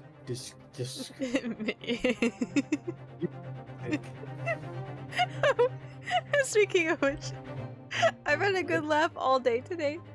So, at work, I go through like previous days' works, like I was telling you about Soph, just for stream's sake of explaining. Like, I work at a bank, and so people deposit checks and have deposit slips and stuff like that. And so I have paper, and I stack that paper, and I bundle it for the day, and we call it the work. And so I was going through the work today, looking through potential people that we could reach out to about different promos we have going on. And we usually bind those papers together with a rubber band, and I like to use the bigger rubber bands just because I feel less worried about the potential energy of that snapping and slapping me. So I like to use the bigger ones. And so I've taken it off the papers, and I'm going through the papers, and I just casually lay it down on my countertop, right? And more often than not, the big rubber band has folded itself in just a way that it looks like a dick and balls. I've laughed so much today because there's been so many unintentional like dick imagery coming from the rubber bands of just pulling off the work today. I'm like, oh my god. Concerning. Anytime I catch it too, I'm like, oh shit. I'm like, I need to lay that rubber band flat so before anyone sees it, thinks I was messing with it intentionally. Like, oh my god. Until my mate even in real life, what is that supposed to mean, Aspar? What is that supposed to mean? Otomes, at least in my experience, brief as it is, aren't quite pornographic. They can be. I haven't really played any, but there are some that are rated M, and that honestly was my dilemma this year with trying to find stuff. I don't know how intense they are because I have, again, like I said, I haven't played one yet, but a lot of the otomes that I'm like, oh, I'll put that on the list because that looks like it'd be an interesting story. The setting and the gimmicks seem pretty fun. I go and look at the rating and it's rated M, and it'll say like mild violence, drug use, sexual content. So I'm like, sexual content was probably the one that pushed it over because you see rated T stuff with mild violence and drug use. So I was like, oh man. But I am 90% sure that there are games out there that may not necessarily get to the super pornographic level, but at the very least the descriptions and the length of a scene could potentially delve into that. Yeah. I just have happened to apparently like tame ones, I guess. Nekopar can get real risque. Okay, Nekopar though, technically, if we're not talking about the Catboy ones that I played, the like original Nekopara would be considered, I guess it'd be shoujo game, considering it's a bunch of girls, presumably after a guy protagonist.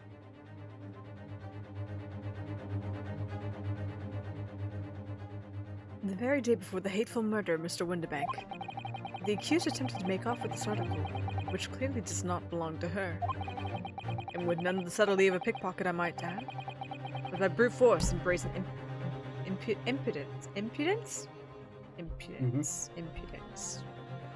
I've read this word before, never really said it out loud. Gracious, aspadacious. Oh my god. Make no mistake, any sympathy for the accused on account of her years is misguided and dangerous. There are no depths to which this girl would not stoop if pushed, no crime she would not commit. The court forgets that fact at its peril. I see. I think it'd be prudent to take this music box disc into evidence council. As a grim testament. Okay. Old Van Zykes, Inspector Gregson? What? Are you coming to our aid, Gregson? Yes, Inspector. We had a meeting yesterday at the yard with the prosecution service, and, I think it was agreed that the disc wouldn't be used as evidence.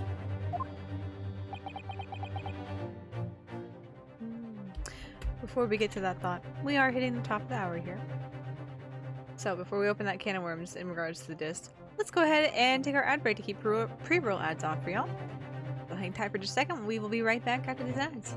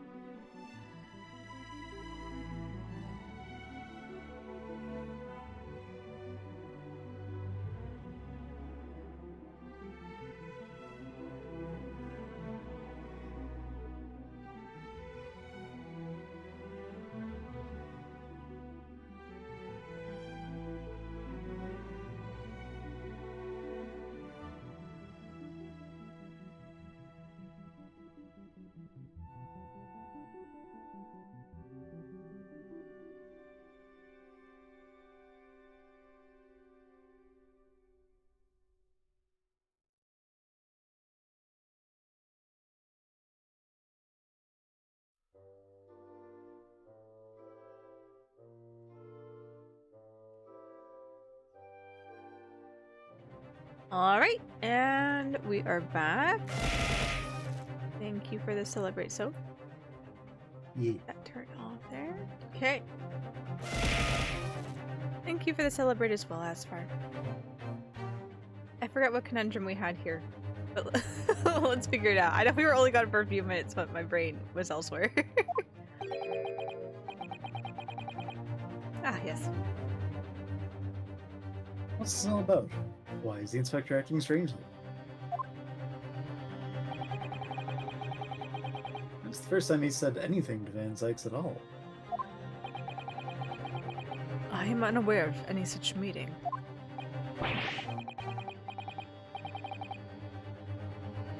What?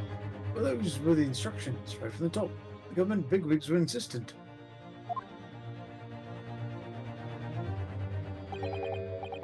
Inspector, I am the prosecutor, and I alone determine how to present my case.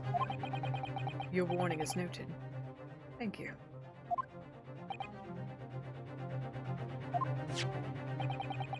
The prosecution wishes to proceed with submitting this disc as evidence, my lord. Indeed. Bailiff. The music box sticks. Oh my god. Yep. The music box disc has been entered in the court record. It doesn't help either that my teeth are just slightly misaligned, that whenever I pronounce S sounding, I guess, syllables, it kind of lisps a little bit, and so my tongue really has to fight to enunciate. And so I tend to hit that S syllable more often than not in the incorrect order.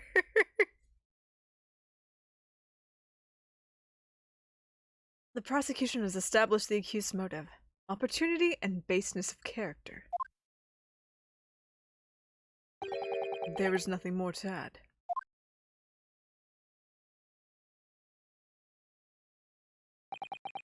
Ladies and gentlemen of the jury, I await your informed decisions and rest my case. I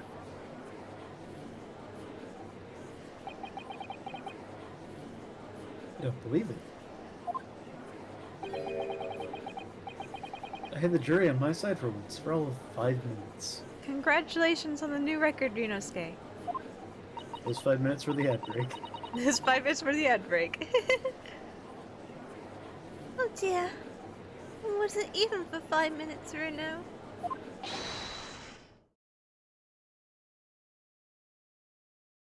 My lord. Oh. Wonder if I might say something at this point. Proceed, Mr. Foreman. Been stumbling about in a bit of a fog up to now, if truth be told. All of a sudden. The answer's bully obvious to me and my men. There's only one thing for it. Innocent. Yes, obviously. Yes. Oh no.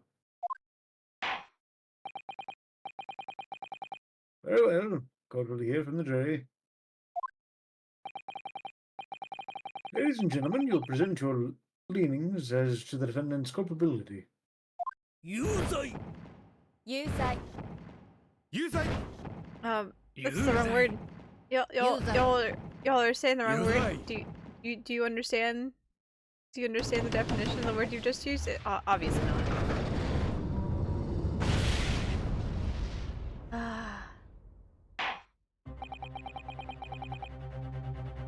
We have a consensus among the jury, it seems. And put them against each other again. When you've eliminated the impossible, whatever remains must be the truth. Shut up, Van Sykes. Wasn't there like a... Have we done 2 summation examinations in a trial before? For some reason I feel like there was like a rule or something that there could only be one. You can only invoke it once per trial. Or is it per witness? I can't remember. I don't know. I can't remember. We were gonna do something. I know, Plus we the got thing it. I got hold of. what Van Zyke said is that something that Mia or Maya, I never keep them straight. Phoenix's mentor said to him. Mia? Yeah. The thing about once you eliminate the impossible. Oh, right. Apparently Iris was the one that wrote it. Oh. That's my line. I wrote that. For Hurley. How dare he use it against us? But it's not that, it's something very similar. Yeah. Don't worry, Iris. I don't think we're finished yet. I still have a good time. There's still more to this case than we realize.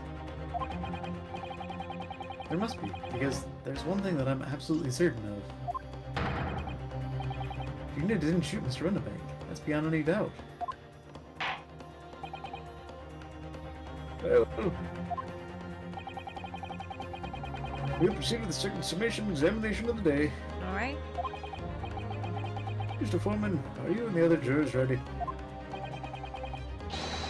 Garrett Squadron is primed and ready for action, sir. Very good. So, ladies and gentlemen of the jury, you will each explain on what grounds you have now determined the defendant to be guilty.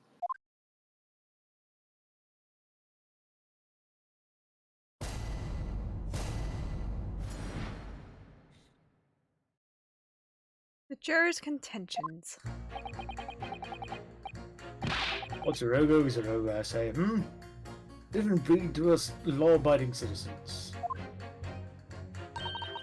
As only 2 bullets were found at the scene, I would say the whole case is done and dusted. You don't need a stereoscope to see the truth here. Every which way you look at it, it was the pickpocket. Never imagined that simple operation would cause me such grief. Sir? The accused attempted on theft on the previous day. I can see I'm in for a busy day ahead. I am ballistics expert. I have seen many shootings. There is nothing I do not know about guns. Alright, yeah, okay. And that was an explanation how? It would seem there's little remaining room for doubt. I have to admit, I was rather bowled over. Bowled over by the arguments put forward by the chap in black. I sure hope you weren't bowled over. It's so compelling I shat myself.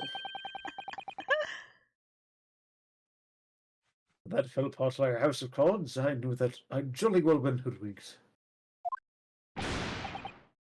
Well, no more. The whole courtroom's turning against me. It's not fair! Paris? That prosecutor's being mean. Just because Jenny's done some things she shouldn't have done in the past. That doesn't make her a murderer.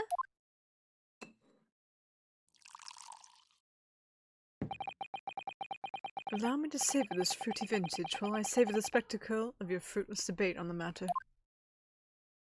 Keeps bringing this man beverages. Here's to the truth coming out. Eventually. We're searching for the truth to Van Zykes, okay? Can you just take a chill pill and relax? No. Oh my gosh, Tomo, please. He's like stuffing himself in. Whenever he used to sit in my lap for streams back in Texas, he used to do this too, and it was very disconcerting with the old chair I had. But he likes to bury his head against the corner where the arm of the chair meets the back of the chair. And on this particular chair, the armrest kind of it's connected to the seat of the chair versus the back of the chair, so there's a gap between the back of the arm and the back of the chair. And so he's fighting with that right now. But even still, he's still finding a way to like ram his throat up against a surface. Oh. I don't know why he does it. In my old chair, it was connected to the back of the chair and it was like hard plastic, and he would do it. And I'm like, how is that comfortable? And I would move his head because I'm like, oh, maybe you're just not happy with like how I'm seated. So I would shift and move his head somewhere more comfortable, and he would ram it right back in the corner and just like on the back of the chair. And I'm like, you dumbass. Are you comfortable? Can we continue? You quit ooching around? Thank you. We need a Tomo emote when he does something crazy. I do want to get a Tomo emote though eventually. I don't know what I want the Tomo emote to look like, but I do know I want at least one Tomo emote. A Tomo, if you would. I was going to say that, yeah.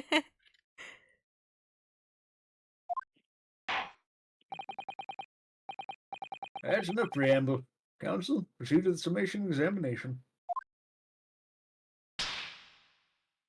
Ready for action. Yes, my lord.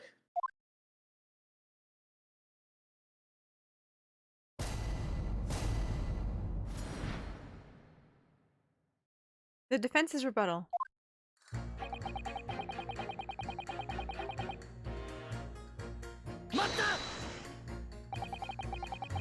Just because Miss Lestrade has a history of pickpocketing, she must be guilty of murder? Is that what you're saying?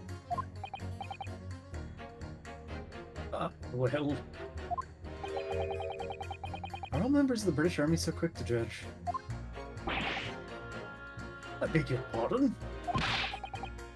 Are you mocking Her Majesty's Armed Forces? The greatest military organization in the world? No, I'm simply illustrating my point.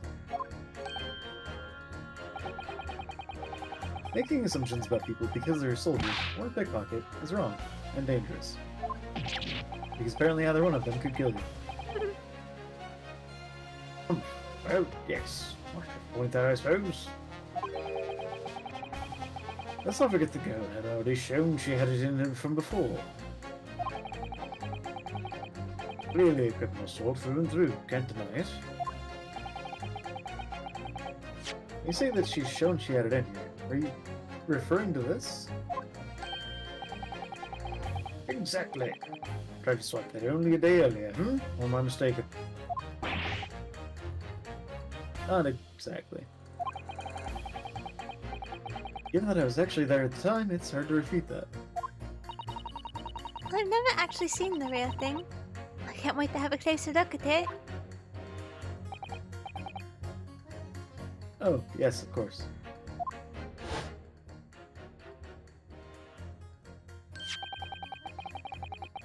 Mr. Sholmes did use his caramel bars to make a copy of this, didn't he? And then ordered every type of music box he could find from across Europe.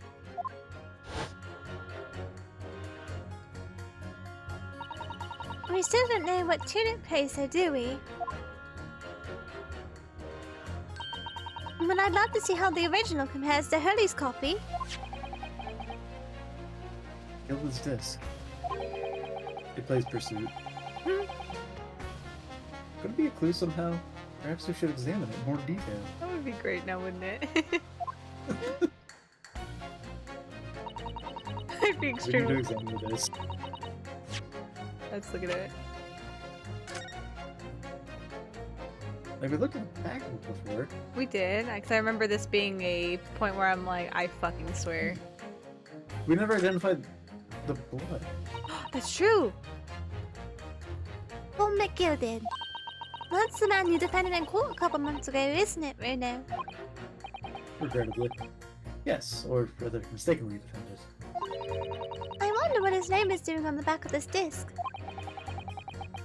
That's a question I'd love to know the answer to myself. Iris! Iris, do your thing! Oh! Bruno, look! This is the blood! Yes, you're right. Just a small smear, but definitely blood. Actually, I feel as though I might have noticed that before. Then it's my time to shine again. I thought I'd be waiting forever. I love blood. Alright, hold still with that disc, Bruno. I'm going to shoot a gun at you. Let me get this done quickly, Iris. In a flash!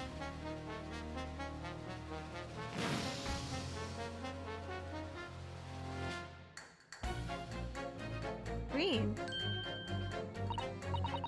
Oh, a lovely bright shade again.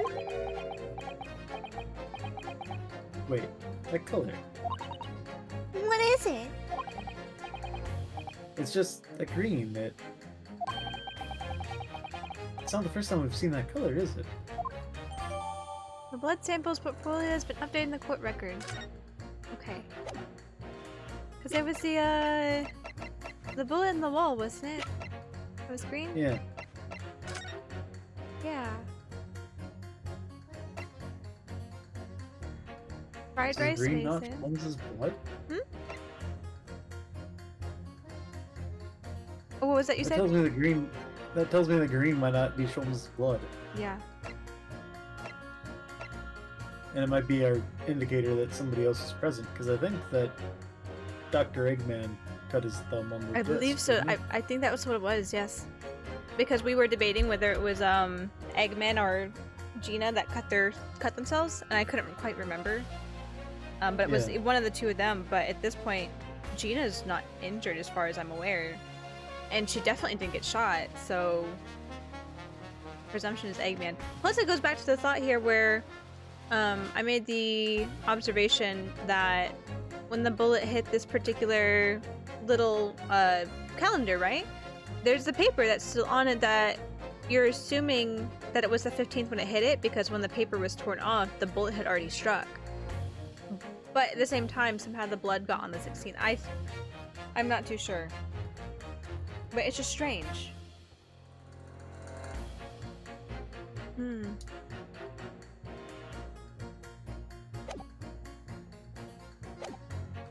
Like Shadow the Hedgehog? I don't know anything about Shadow or Sonic. I know that they exist. And I know he's the black and red hedgehog. Yep. That's about it. Supposedly he's evil. That's about it. He's misunderstood. Oh, right, yeah.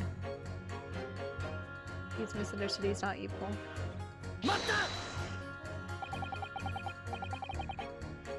The number of bullets that has you convinced? Only 2 bullets fired, and 2 guns are fired. Them have been examined by the police. When the parlour maid asks me how many are invited to dinner, I always tell her to count the table settings. Well, that's logical, I suppose. Although, Yes? sometimes after dining, crockery does go missing. 1 or 2 guests rather like the fine china. Is your employer dine with thieves? So I suppose, if there was another bullet somewhere, of which we were unaware, I'd have to reconsider my position. We have to use a metal detector. On Sholmes. Oh my gosh, is that what he left? The doctor? Maybe? Did he go in for the surgery to remove a bullet and left a fucking bullet in? Oh my A gosh. bullet somewhere on the scene. Could that be possible? I'm gonna save, but I'm pretty sure. Does it say whether or not... Like, what does it say about Sholmes? Let's see. Because they made the assumption. There's nothing proof other than someone's words earlier that they said it went through him. What is that? It doesn't say. But there's no...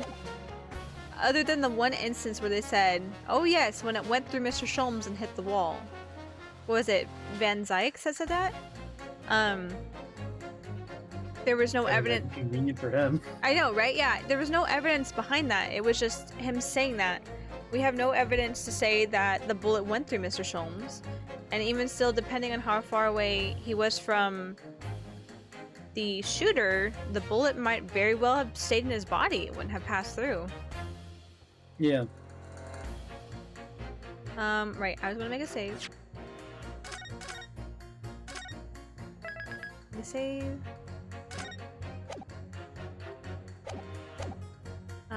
I can prove it.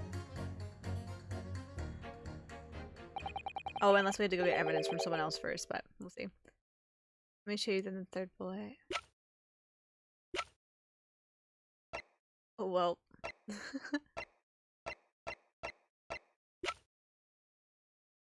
Oh, it is just the. No, it wouldn't be.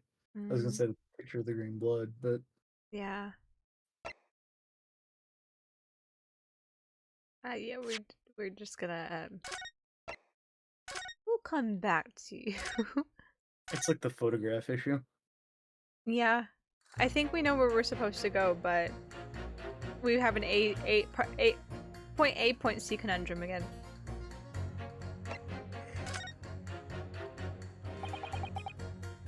Unfortunately, only 2 bullets were discovered by the police during their investigation. Yes, I know. Right. And I don't imagine the good men of Scotland Yard would have overlooked anything. If I missed a bullet while I was cleaning his lordship's office as well, I should receive a sound scolding, I don't doubt.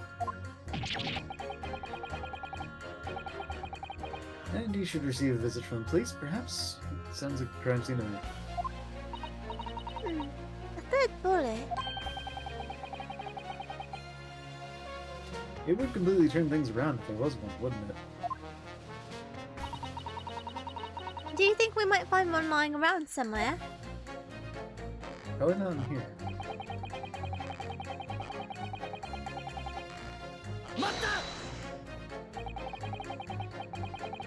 So if I've understood correctly, you need 2 pictures. A left one and a slightly different right eye one. Exactly. And you can see the scene in 3 dimensions, like this. So, we have 2 bullets. I don't suppose you can see anything useful with them. I think you'll find that no matter how much you squint, the truth of the situation always looks the same here. The only person who could have shot the victim is that girl on the dock. Why are you be so sure of that? Think about it. The Skulkin brothers shot the great detective, didn't they? Yes, that's been mentioned once or twice. Well then, surely it's coming into focus now, isn't it? It's a waste of time. I'm not going to change this man's mind anytime soon.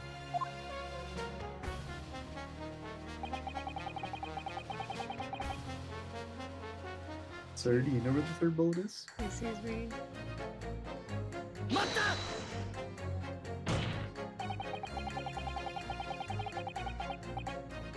Would you please stop muttering about things that have nothing to do with this trial, sir? The defendant's life is on the line here. Well, the thing is, I couldn't really say that it has nothing to do with this trial, to be honest. Huh? I mean, there's no question that this man was shot, but the bullet had simply vanished from his stomach. It's quite inexplicable, don't you think?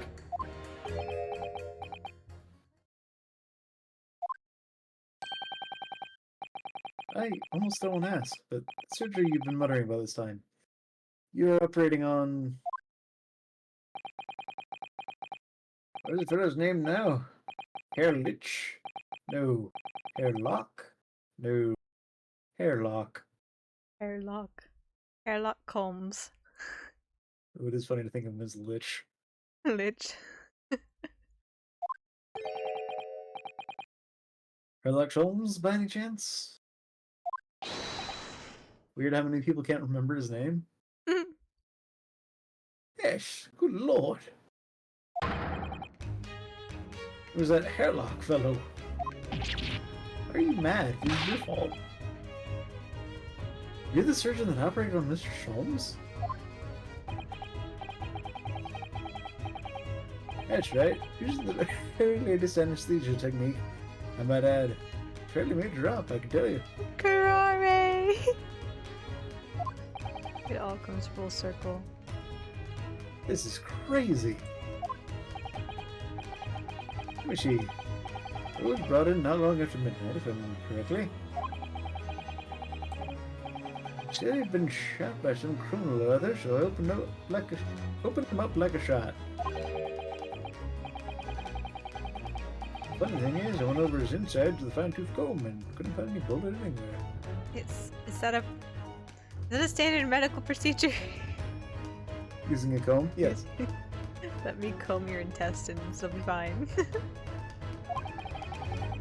I don't like that. I'm afraid I had to throw up my hands and just stitch the fellow back up.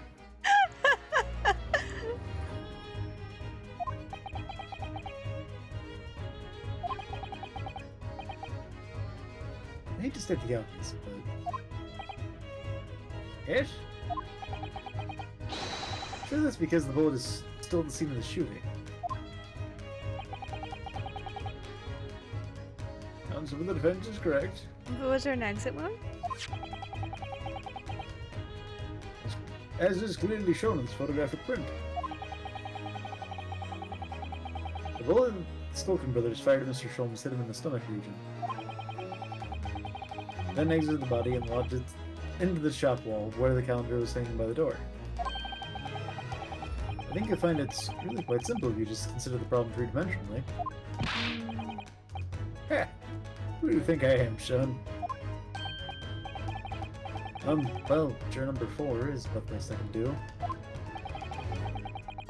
Except for when you're juror number 6. Yeah? Yeah, as soon as I saw the wound on the man's stomach, I flipped him over. Like a pancake.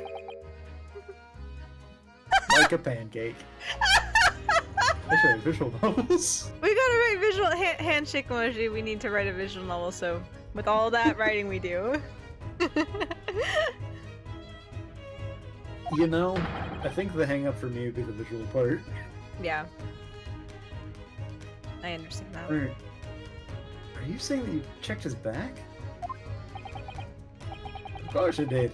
There wasn't a trace of injury. No sign that the bullet had left the body at all. Here we go. What? That's the point. The logical conclusion was that the bullet was still somewhere in the man's innards. Unless he's just that insane and dug into his own bullet wound and pulled it out. Which is exactly why I said I was slicing him up. I'm still none the wiser even now. 3 times I have to say it. Somebody please explain how it happened. Can somebody please solve the mystery? His body just absorbs it. Oh my gosh. It's almost as much mystery as how this jury was put together. Also the design on the doctor and just like how round he is. For whatever reason, just like the simplisticness of his eyes and his face. He reminds me of like a Harvest Moon cow. Yeah? Just a round face with simple black eyes that sparkle a little bit.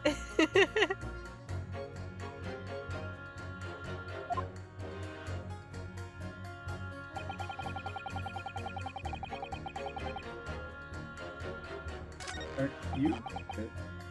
Wait. That changed, didn't it? Yeah. But also we do have a ballistics expert, supposedly. We do. Here, we can cut to the chase here. So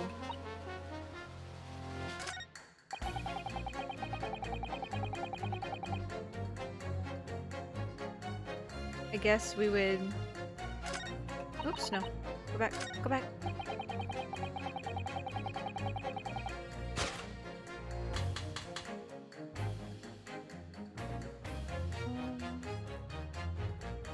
Hit! Hit!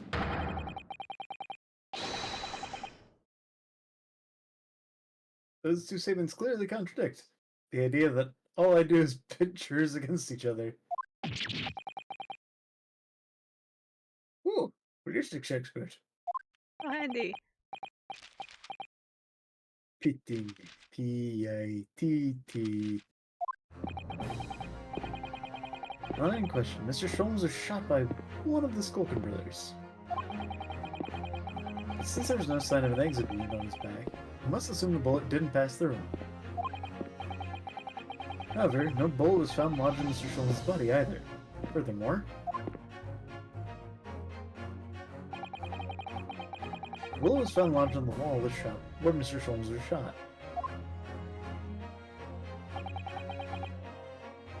Juror number 6. Hello, my name is Villain. Pleased to meet you. Great to know.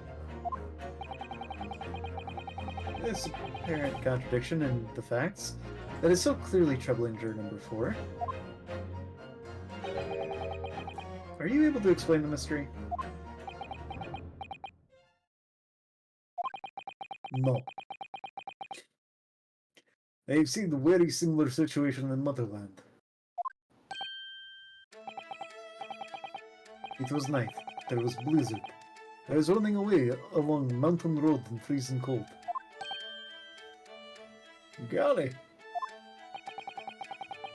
Yeah, right. The snow was piling high on both sides of the road. It was very narrow and dangerous.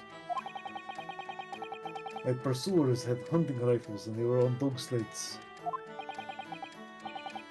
Mental note, don't ask too many questions. This man knows a lot of English. I was shot from behind and I fell down in snow. And this situation was very similar to what I hear today from Doctor. I could not find bullets in my body. And no sign of, how do you say, exit wound. Then, where did the bullet go? Bullet never hit me. If it never hit you, why did you fall down? Did it deflect?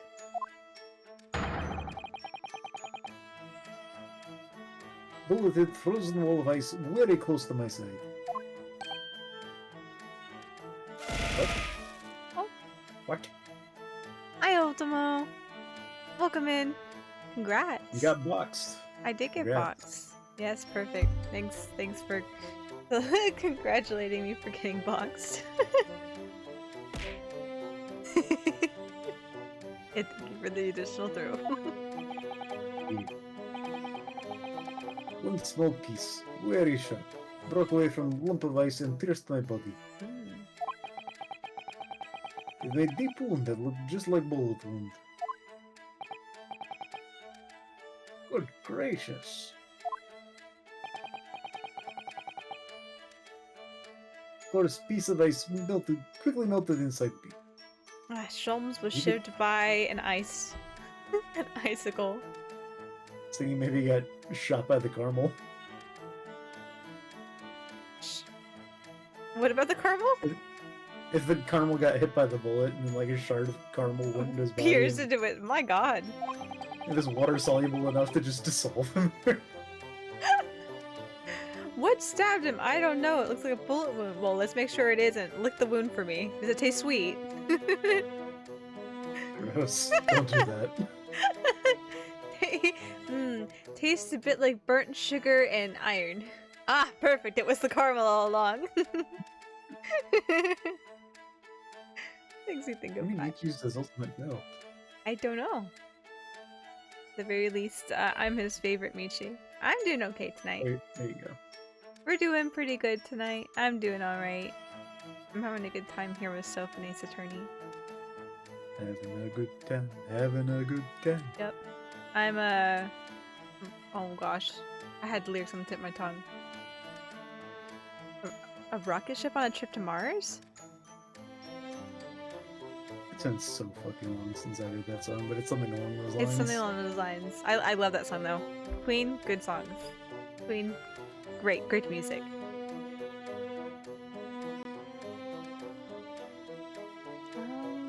Where is I had a thought. And it's disappeared. I'm more awake than I was earlier, but am I truly awake? One can never know. Okay, that brings into the question though. If Sholmes was attacked by something else that deflected, right? Would that mean that a Giga Man was there too? If that's his blood on the wall? That's my thought. Hmm. Because I think he fucking done did it. Yes, yeah. I know. I'm just trying to think of... Waluigi over here didn't murder anybody. I'm just trying to think of the logistics of all the people and the places because it was such a short time span that, especially, not only was it a short time span, but we were there. Like, we witnessed what happened, and yes, it was dark, but still, it's just... I'm trying to wrap my brain around stuff. And like, what would deflected and pierce Sholmes in the abdomen? And then gone away. Yeah, and then gone away. And it's not winter anymore. And we're inside, so it couldn't have been like an icicle like this guy was talking about. I don't know. That's good, I'm just writing a paper. Well, good luck on writing your paper. I hope it goes smoothly. I know I would have to sit down and like laser focus in with no distractions when I was writing a paper back when I was in college, last year and the year before. And that was only for like a 2.5-page paper. I'm sure yours are much longer, and I could only imagine. Oh.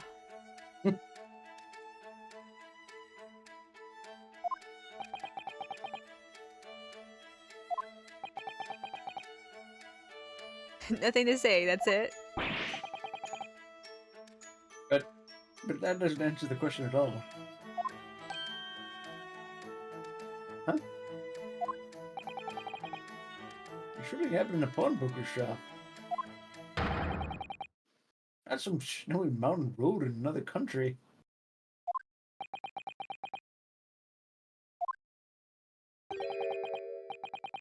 Just an idea, but we might not be looking exactly the same scenario here.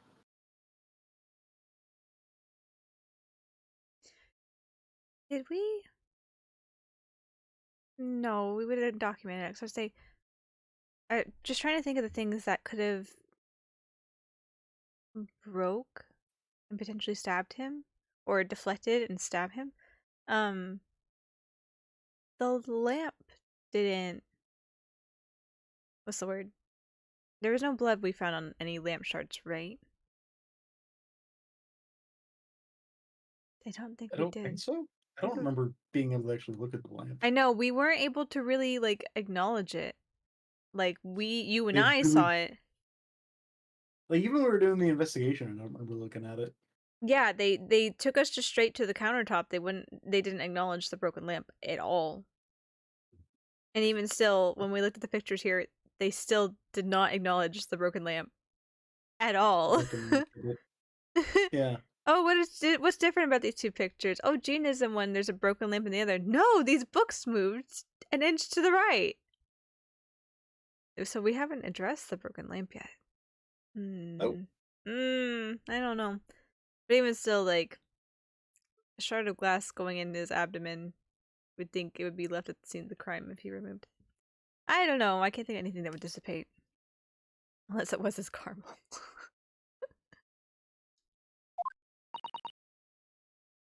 Oh no. Where exactly was Hurley shot again? You son of a bitch. What? Well, according to the report, his stomach. Sort of around this area, I think. Wait. I think that's where we're headed. That's where he keeps his caramel. Oh. Oh, that's precisely where he always wears a little pouch on his belt. A pouch? Actually, I might have noticed something like that.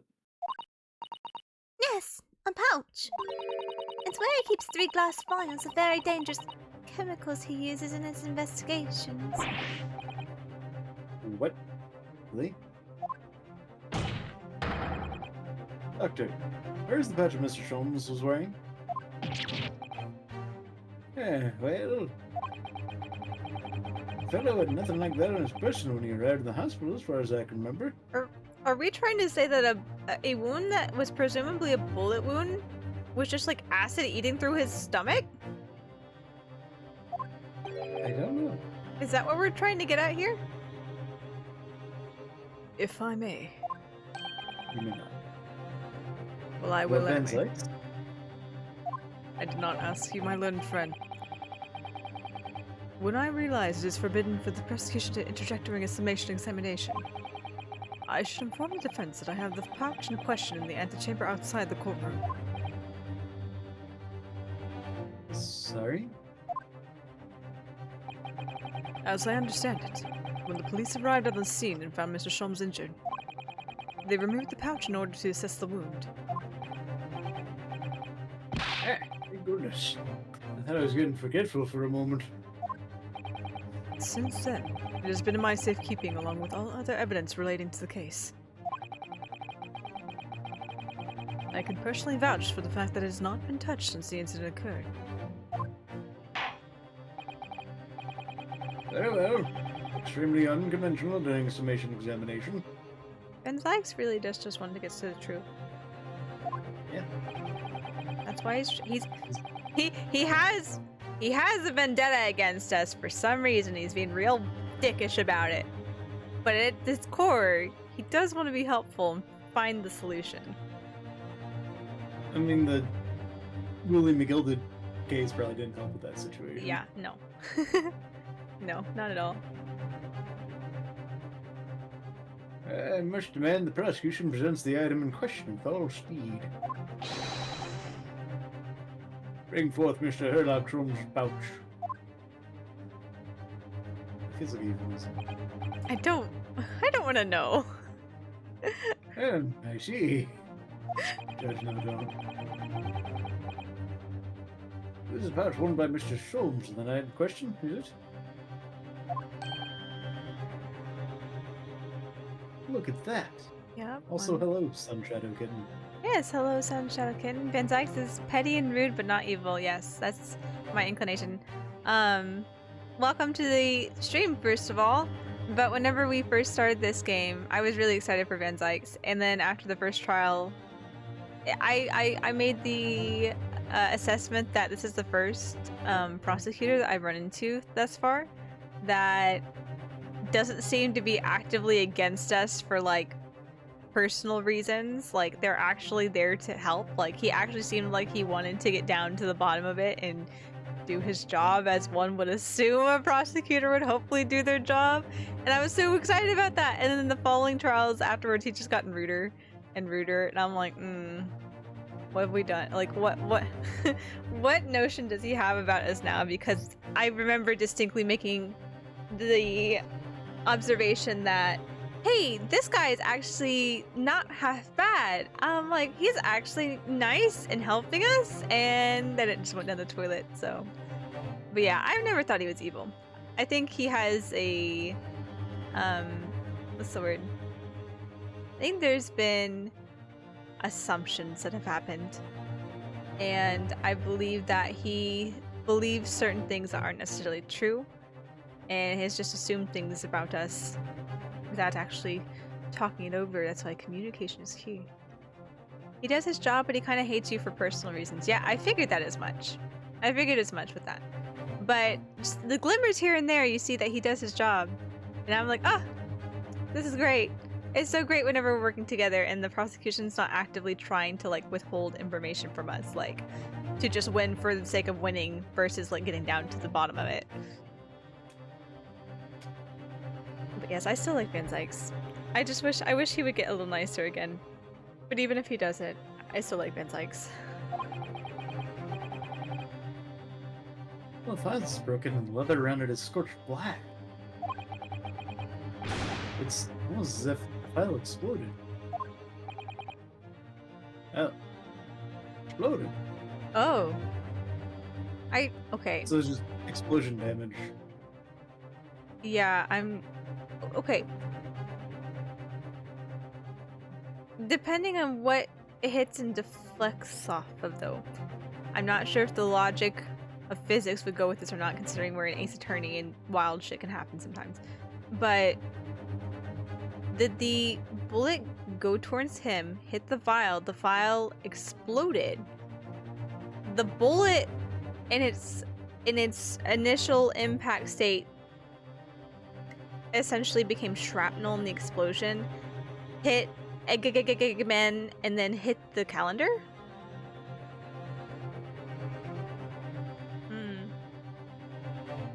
I don't know. I thought though, at the very least.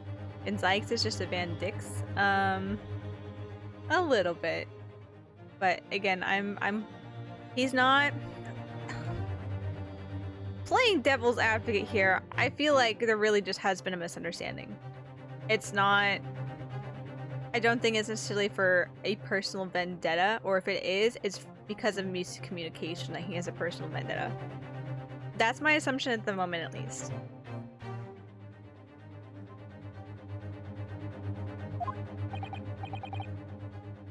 So, that night, a bullet from the Skulkin brothers' gun struck Mr. Sholmes' pouch. There was a glass vial exploding that caused the fellow's injury. This bullet did not penetrate the victim, but was deflected into the wall of shop.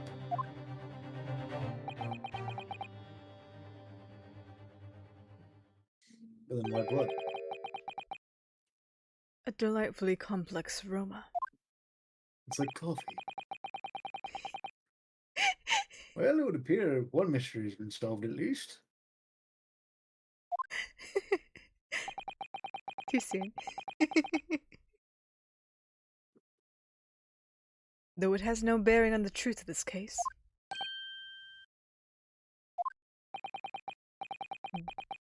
The bungling and burgling brothers shot the detective, and the accused shot the pawnbroker. The pertinent facts of this case remain unaltered. Okay. But at least the mystery is solved. I can sleep easy tonight. I'm so glad. Thank you, young man. What was his name? Something Smith. I don't remember. Yeah, thank you very much. Glad I could help. With its bearing on the conundrum just solved, the court will sequester this scruffy pouch as evidence. Harley's pouch isn't scruffy. Sholmes' pouch has been entered into court record. Would have been funny if it said Sholmes' scruffy pouch. Skull's scruffy pouch. Did I say Skolms? Oh my gosh. Scruffy Sholmes. Scrolms, if you would. Scrungly. Scrungly. Yeah. Summation examination. It appears the defense is somewhat struggling to alter opinion, No. Please, my lord, a little more time. After all, that's a new piece of evidence. Yes. Could be a valuable clue, and you can't afford to overlook anything here, Inosuke. Like broken lamps. Yep. There's still a way to turn this around somehow. I'm sure of it. Okay. Let's look at the scruffy pouch here real quick. New piece. Oh. Ah, And there's the bullet. there it is. Oh. Then there really is a third bullet. Oh, this is our third bullet. Yeah. This file's been smashed to pieces. Presumably, this is where the bullet struck. As soon as the bullet hit the chemical in the vial, there would have been a really big explosion. A big explosion. Well, Harry's potions and chemicals are amazingly useful for the investigation work he does, but they're also quite tricky to handle. Safely, at least. They're very dangerous. Oh, I'm sure that when this vial broke, the chemical inside would have ignited. it's Francine. Note to self, always walk on the right-hand side of Sholmes in the future. That is the danger zone. I feel like anywhere around Sholmes is the danger zone. You never know. He feels like the kind of guy who would spin around in circles while he walks. Yeah, Just for the whimsy of it. he also feels like the type that would skip. Like, he would twirl and skip and just be grandiose with the way that he presents himself during his own, like, what's it called? What did he call it? His, like, extravaganza, observation extravaganza, whatever. He's like, this is my Something show. like Why didn't we acknowledge the bullet? Oh look, there's a hole here at the back. Doesn't look much like a bullet hole, but clearly something's ripped through the leather with great force. Is it called the Dance of Deduction? If it is, that's a great name for it. I think it is. That's excellent. I can't quite remember, but that does feel right. It's been a couple weeks since we did one of those. It has been a couple. Something must have pierced it somehow to have left this hole behind. I can't read and speak at the same time, apparently. It's going to make this game very difficult. I know. Yes, it looks that way. Well, we've made it to the last trial of the first game, and we've made it through 3 games in the trilogy so far, so I think I'm doing okay. Yeah. Mr. Sholmes and his pouch both took a beating, didn't they? Why aren't we acknowledging the bullet? I can literally see it right here. Look at the bullet hole on the side.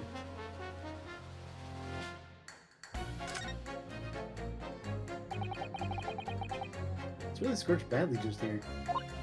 Oh! The strap is broken. Look! This must be where the bullet hit then. Let me see. Thanks, Iris. What the? Iris, look! It only took me 5 minutes to find it. Mr. Behind where the Observation. broken... Yeah. Behind where the broken file was, do you see it? That's the Skulkin's brother's bullet. It struck a luck that it hit his pouch. It's an amazing discovery. What this means is... there were 3 bullets fired up in the banks that night. Man. We found exactly what that juror was talking about. The third bullet. It's time to press that jury again, I think. Off we go! The third bullet has been entered into the court record. Off we go. Back to you, ma'am. I think it was in the press, wasn't it? Yes, it was impressive. I was like thinking how I wanted to go about this here. I'm like, wait, we pit, but I'm like, wait, no, there was a option within the press. Yeah.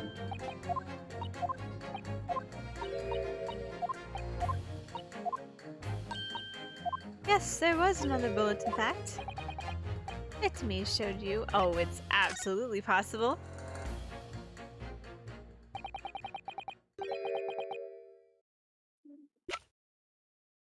The third bullet! The third bullet. Hmm? It just says the third bullet. Yeah. Here it is. Discovered it just now. Yes. On the night in question, when the bank spawned Brooklyn, another bullet was fired. Ah! Amazing! Mata! Oh man, and we're hitting the top of the hour here too. Getting to the thick of it. Okay. We are treading into new territory here. So, if you guys will hang on for just a second, we're gonna go ahead and take our hourly ad break to keep pre-roll ads off for you guys. So hang tight, and we'll be right back to find out more about this third bullet.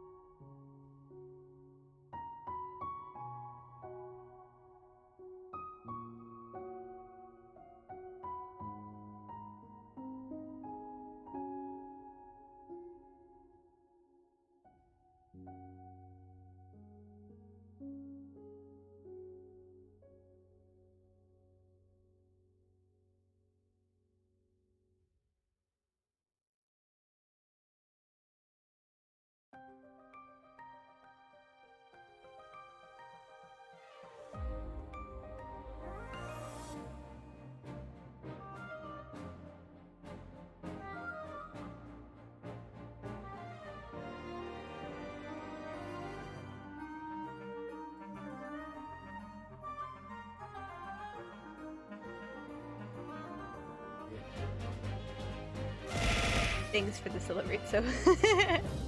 Yeah. Okay. Third bullet time. Let's talk about this a little bit here. What is this new trickery, you Nepalese conjurer? Where did you find that bullet? There's a lodged inside Mr. Sholmes' pouch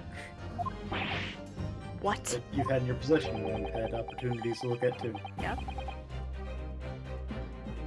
His pouch was removed from around Mr. Sholmes' waist before he was taken to the hospital. And since then, it had been touched by no one. Do you mean to say shot fired by the Skolkin brothers that night? Yes, as your lordship has surmised, it hit this pouch. But that makes no sense whatsoever. How? I already know the whereabouts of the bullet fired at Mr. Sholmes. Thanks for the celebrate, Aspar. Clearly visible in this photographic print. Obviously not. Alright. Alright, thanks for contributing. Yep. 2 guns from the scene have already been submitted to the court record as evidence. Yes, that of Mr. Winterbank and that belonging to the Skolkin brothers. Examination of both guns revealed that only a single bullet had been fired from each.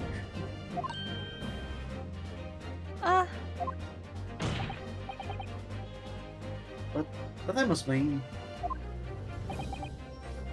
That's right. We now know that on the night in question, 3 bullets were fired. However, only 2 bullets were fired from the guns recovered from the crime scene. There is a gun. That's...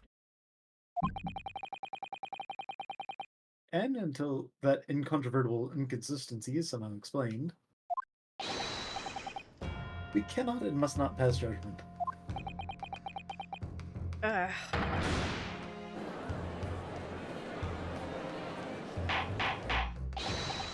Oh, Gamba, Aspar. Gamba, Gamba. Order, order, order! While this examination remains incomplete, the court has been presented with new facts. Facts that would appear to shake the very foundations upon which the case against the defendant has been built.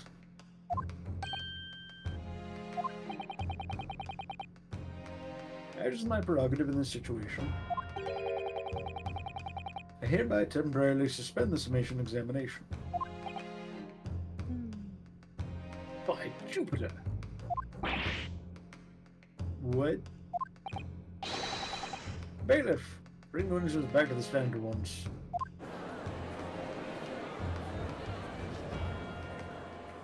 Well, that wrapped up quicker than I thought it was going to.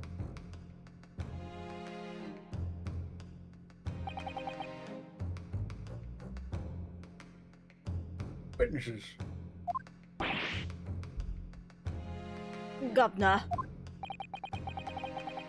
Were you listening to proceedings while the defense carried out the summation examination? It was, Governor, it was. Perhaps we can dispense with the tedious preamble. Simply answer this one question. A third bullet has been identified at the scene of the crime. What do you make of that?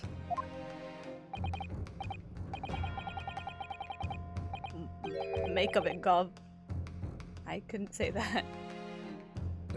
Is it one of yours? Oh, blimey, Gov, go blimey, no chance. In that case, did you have an accomplice? Never. The Skulking brothers walk alone. Even though you were looking for your long-lost third brother. She's the two of us. It's our trademark. How soon we forget poor Silky? Only 2 of the bullets from the crime scene originated from the firearms we have in evidence. The third bullet was fired from another gun. Where is it?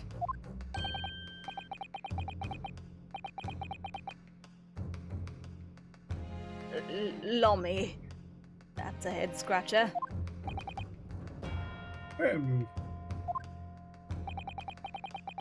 Counsel for the defense.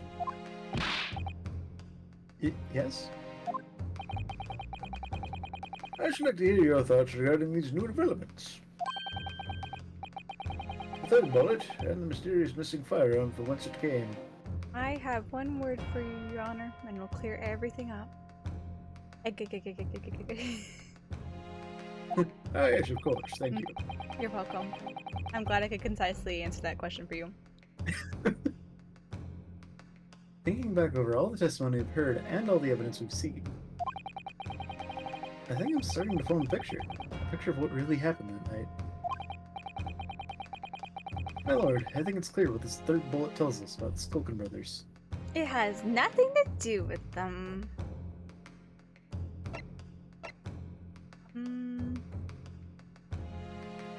I don't know, with the top one probably, yeah. For bringing in a Gig Man. Yeah. I don't Plus think somebody told me to be quiet. that's true, yeah. Because they're like, he's going to come for us, and it's like, he's like, just don't worry about it. I mean, we really did just let it slide. We did. There's so many things we've left side though. There's so many things. Like True. I just have to shake my head. On the night at Windibank's pawnbrokery, the brothers must have been working with a third man. Um, The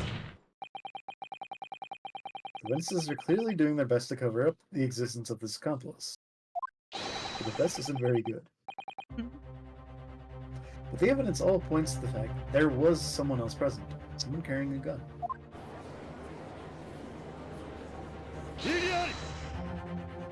right, didn't Eggman have a gun and that's what convinced us to... Wait. He held us hostage, I think. Yeah, He held someone up. I feel like, An accomplice, you say? Pig's will. fly apparently. Pig swill. Pig not swill. pigs. Will. Pig swill. Is it just like a balderdash type of comment? Or is it meant Kinda. to... Okay. I want to say swill is like backwash and drinking trough. Oh. Yeah. Right. But it basically does mean Yeah. Balderdash. Bullshit, Boulder Dash, Pig Swell. Yep.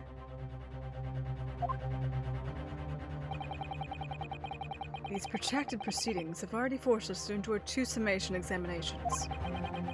Yet in all that time, there has been not a murmur of a third man. This apparently wraith-like being exists. The court must be shown hard evidence. Without it, this fantasy will be crushed. Ugh. The prosecution demands answers on 2 counts. Firstly, proof, evidence that this accomplice was ever at the scene of the crime. And secondly, the identity of this spurious character. Skulkins are lying, I know that. But how can I ascertain the identity of the person they're hiding? Out of counsel?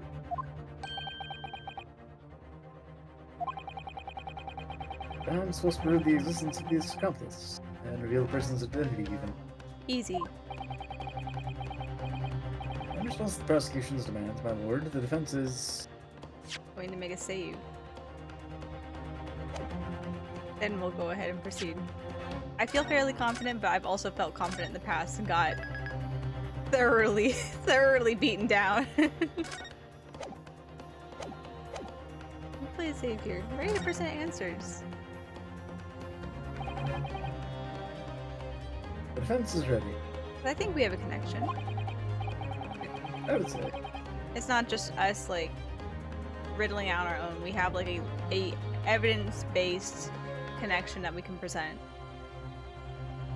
Plus, I don't think we're in a position to be really fishing for more No. evidence. Yeah. I believe I can provide all the answers the prosecution demands. So, my Nipponese friend, despite the swimming eyes, you seem to think you have something to say. This promises to be interesting. I have to push forward now. There's no other option. I need to use every single piece of evidence available to me, if it will make a difference. In that case, counsel, I'd ask you to present the evidence without delay. Happily. The night in question, in the moments leading up to the death of the victim. What proof have you that there was a third intruder present at the scene? Blood samples. The evidence is right here, in this portfolio. By Jove, that portfolio again, is it? Do you expect the court to rifle through your papers itself? Be more specific. You claim one of those blood samples proves the presence of the third intruder. Well, which one is it? The one that's not labeled. I'm looking at here. You printed this like 10 minutes ago. Yep. Appears to be some green paint or such like around the bullet hole in the middle of the calendar. That's blood stain, my lord. A blood stain. It is green. Green blood. Curious, even for you. Is the court to understand that the intruder was some inhuman creature? Kinda. It's something developed by Mr. Herlock Sholmes. The great detective. New invention. Stop. Not yet appeared in stories. Stop. It's this, you see. It doesn't have a name yet, though. This Bulgur spray is a chemical that reacts with different elements in people's blood that changes color. Different elements. People's blood? Yes, everyone's blood is slightly different, you see, because it's made up of different elements. So by seeing what color it changes to, you can tell in a flash whose blood it is. Oh, that brings a whole extra dimension to looking at blood. You're too excited. Talking of blood in courtroom. Stop. Very exciting. Stop. As an example, this one shows the blood of the victim, Mr. Winterbank. Ah, striking blue.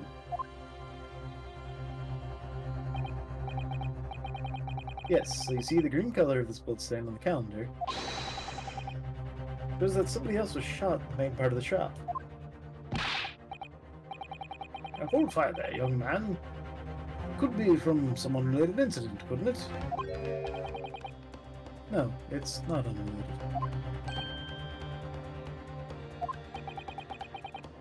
The date shown on the calendar is the date on which Mr. Winterbank was killed. Quite okay. Therefore, we can assume that whoever was shot on the same day. And whose blood is it? Oh, well, let me tell you. Well, the Skolkin brothers in the stand don't appear to be suffering from any gunshot injuries. Which means it must be the blood of somebody else. Third intruder, in fact. Whose identity the court is still waiting to hear? You can't delay this any longer, my learned friend. Who is this alleged third intruder?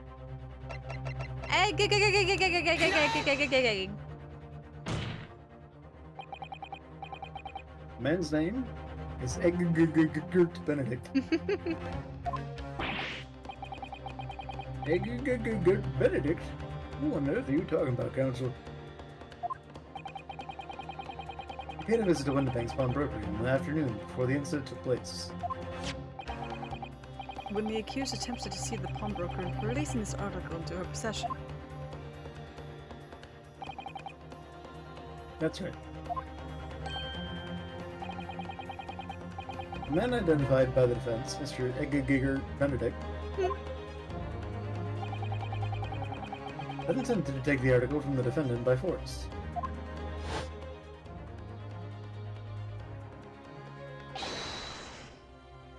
Oh, what voice did I give this man? It's been so fucking long.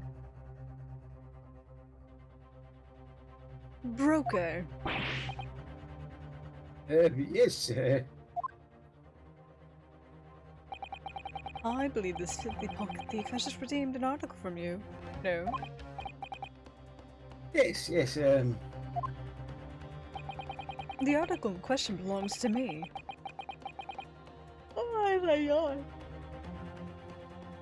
I was so demanding as I sleepily yawned through this. I demanded to be returned at once.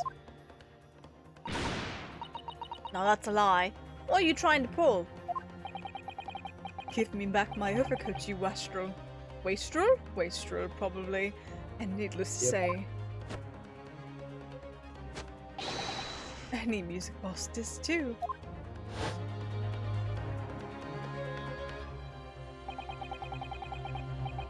Inspector Gregson was there at the time and can attest to what happened. In the end, it was the inspector himself who took the discs. Can you corroborate this account, Inspector? Don't lump me in with them. Yes, my lord. That's more or less what happened. And in the interest of being thorough, I asked Winterbanks for a print showing the fellow.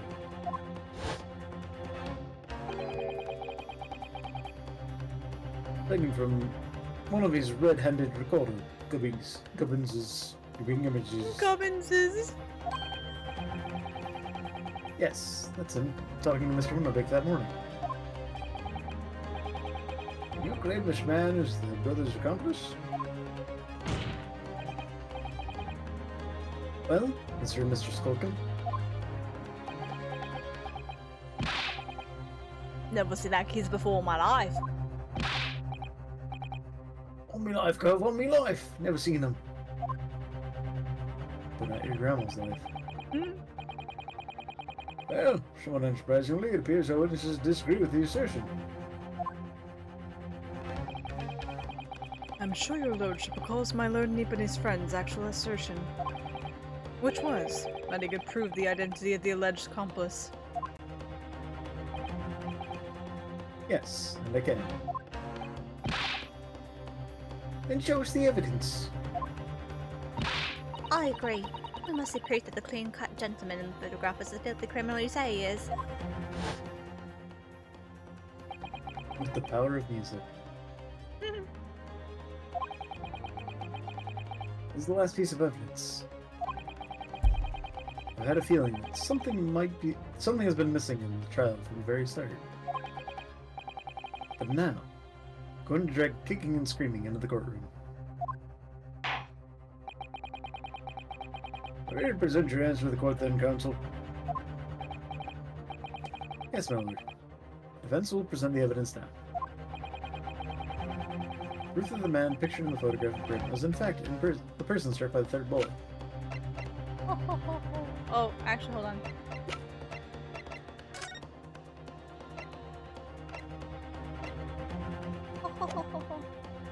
Probably that one. Yeah.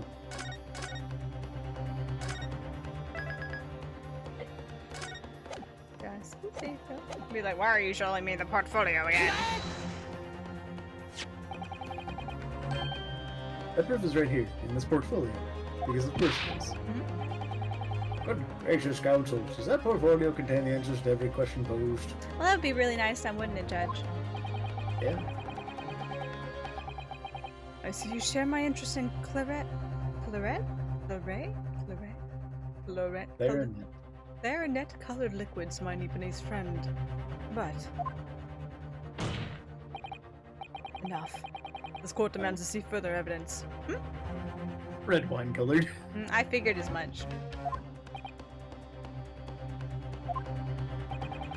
Which blood sample proves the man you identified was the one shot by the third bullets at the scene of the crime? Oh, wow. How convenient.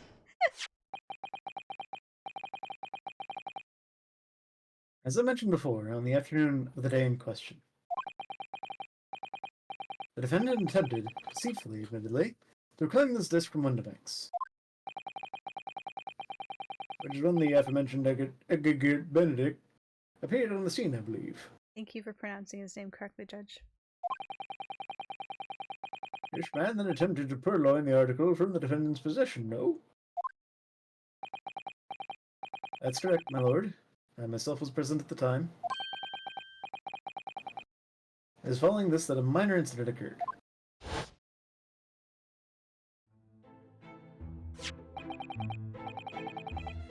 But of course, sir. Here's the disc for you.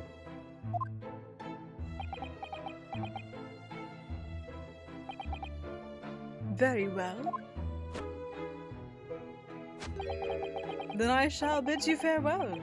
Say goodbye to style. Wait a minute. That disc. It's mine. What do you think you're doing, you little tramp? You've drawn blood, you filthy animal.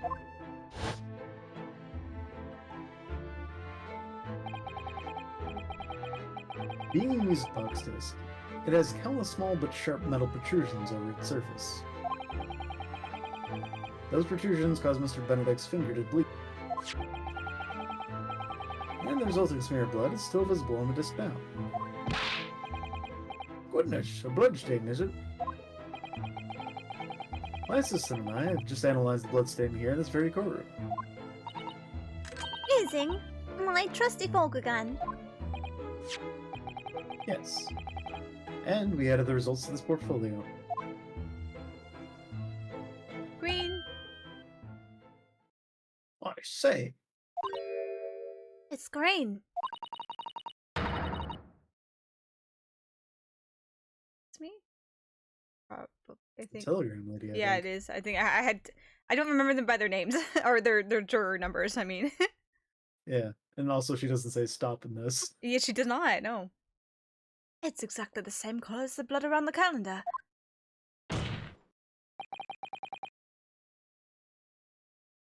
For some reason, Sims juror number 6 keeps saying wary. I just imagine him going, queen, Going away. queen, Green. instead of green. Yeah. The evidence is conclusive. The man calling himself Mr. Edgar Benedict, who was in Windibanks earlier that day, is the accomplice who was present at the scene of the crime that same night. Shocking.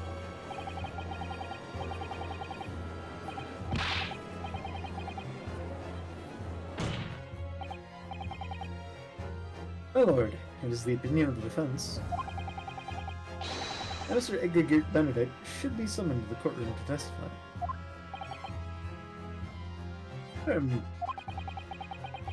It certainly seems that we can ill afford to ignore this gentleman's apparent presence. This has gone on long enough now. This flagrant ignorance. Ignorance. This flagrant ignorance of mechanics of law. Herlock Sholmes, you say? Yes, I've heard the name. The protagonist in a series of short stories for the vulgar classes. I got a detection of some such. And now you employ chemical substances devised by this fantastical persona in the highest court of the land? Do you expect us to take you seriously? The examples made by this plaything are not fit to be called evidence. So the bloodstains turned a shade of green. What of it? Here's to you successfully proving that no other blood in the world can turn the same color. Ah, well. Yeah. And pray, do not even think of suggesting that we should take Mr. Sholmes' word for it.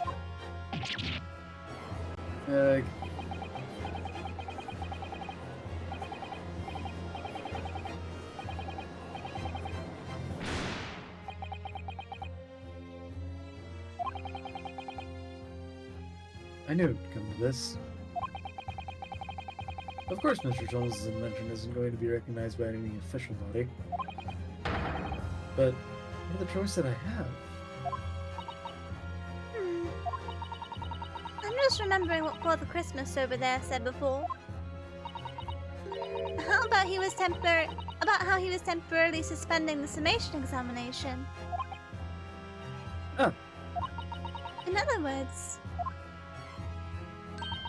the examination isn't over yet, is it? Good grief! What did you just say, young girl? Any word? And in a summation examination, the decision as to whether or not the trial continues is in the hands of the 6 jurors, isn't it? So the way I see it, it doesn't matter what certain other people think of Hurley's invention. At least, not for now. Yes, she's right. Young lady, you have quite a devious mind. I don't think devious is the right word. I look for all the opportunities. It really just comes down to one thing. Whether these ladies and gentlemen of the jury are convinced by what you say, Bruno. Is that about right, would you say? Or did I misunderstand something? Unbelievable. Mr. Sholmes' partner is a force to be reckoned with. Iris Wilson, sharpshooter. After that shrewd traces of the situation from an entirely unexpected source, it must be acknowledged that the previous summation examination has yet to reach its conclusion. This is absurd. You're absurd. Ladies and gentlemen of the jury, the court now looks to you for your final leanings in this matter.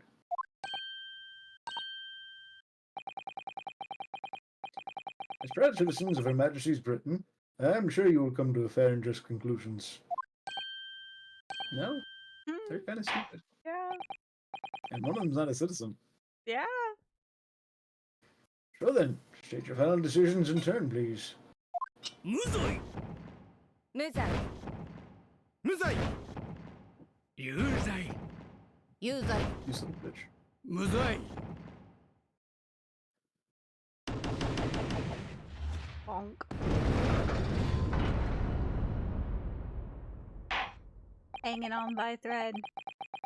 2 called guilty, and 4 called not guilty. Such is the outcome of the summation examination. 異議あり Shut up. My lord, with all due respect, this is an outrage. The prosecution refuses to accept his decision. On what grounds? If these jurors are persuaded by some half-baked concoction devised by a pretender to real police work, then they are too ignorant to be trusted with the judgment of anyone's guilt. I'm sorry, Lord Van Zykes, but the outcome of the summation examination cannot be ignored. I don't know why I asked you for a reason if that was the case. This trial will continue. He's just being nice.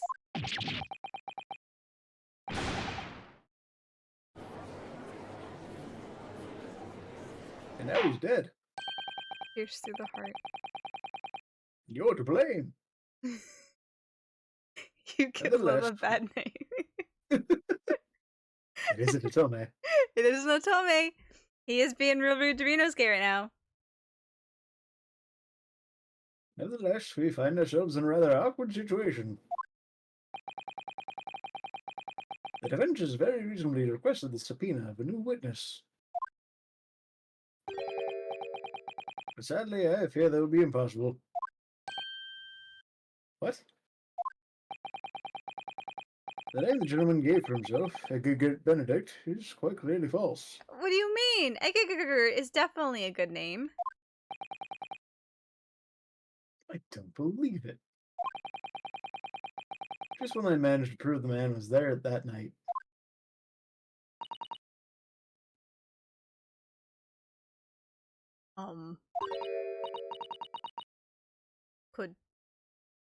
Could I say something? Who is that, please? Who spoke? It was me, my lord. Sure, number 5? What have you to say, madam? If possible, Inspector. Eh, me, ma'am? I wonder if you might show the photographic print to me again? The one which the gentleman has shown. Oh, right, yes. This one, you mean? Mr. Benedict?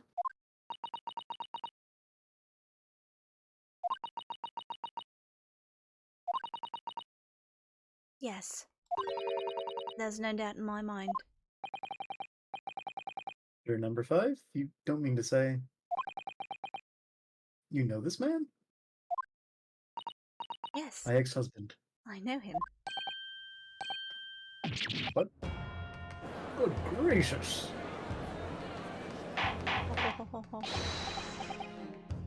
Order, order, order! Drill number 5, how on earth? I'm a communications officer. Stop.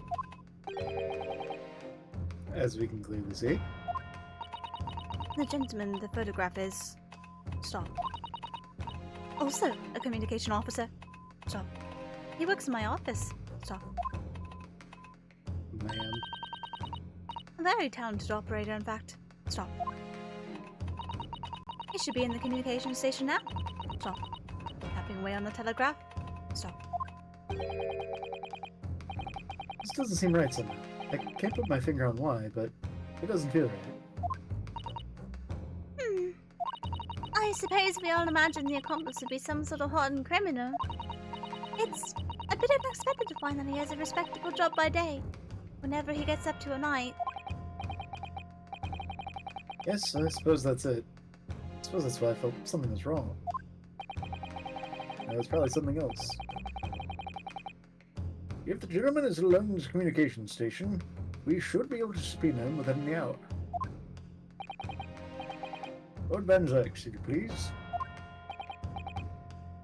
Yes, my lord. Make the necessary arrangements with all haste.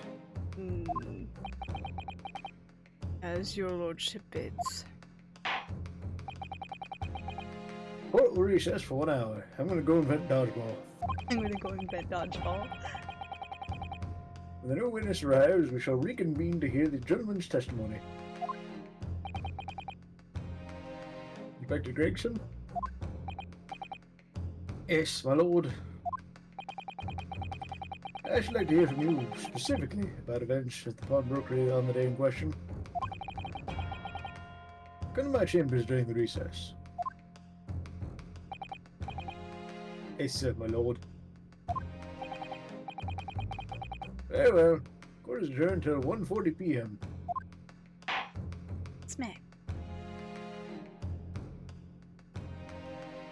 I'm gonna go beat the bejesus out of Gregson with a dodgeball. You know, maybe he's not going to create dodgeball. Maybe he's about to create bowling. And the reason why the bowling pins look the way they do is because Gregson. Oh, Gregson is actually one of 10 brothers. He's one of 10 brothers. Oh my gosh.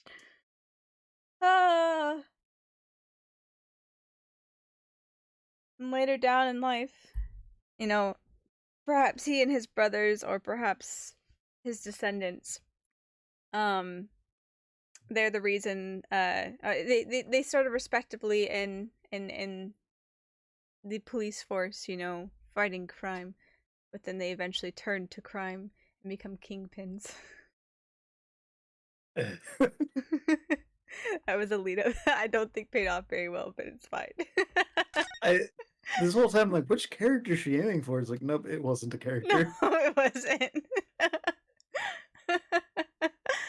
Oh man, we finally got to it to be continued a save point here. A good stopping point, because I was like, oh, okay, I think it'd be good. We'll get to the point where, like, we just, like, I was like, oh, they suspended the summation examination. I'm like, it still didn't really have a good, like, stopping point. I'm like, there's still stuff you need to be thinking about to apply, and I'm like, I don't know if this is a good stopping point. I'm like, oh, we'll just get to right before we meet, you know, and that, wow, that took a while going through all that. My goodness. But yeah, we're going to go ahead and it'll be a little bit of a shorter stream today. And we'll call it here. See if anyone is online. Are we ending? Yes, we're slowly working on ending here. Oh my gosh, you just got back connection. Rip. I'm so sorry. Let's see here.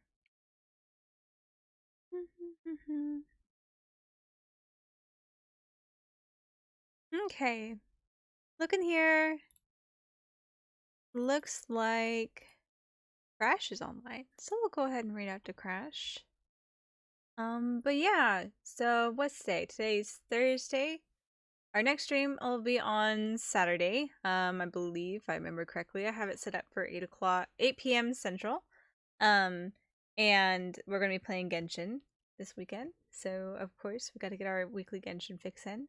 But yeah, its schedule can be found in the links, or can be found on Twitter as a pinned tweet, which my Twitter link can be found in the links below. You want to follow me there, or in the chat. Thank you, Soph, for that. You can follow that and follow me there. It's the best place to keep up with what's going on for the week and things that might have changed for the week. So definitely keep a peek there if you want to see exactly what's going on.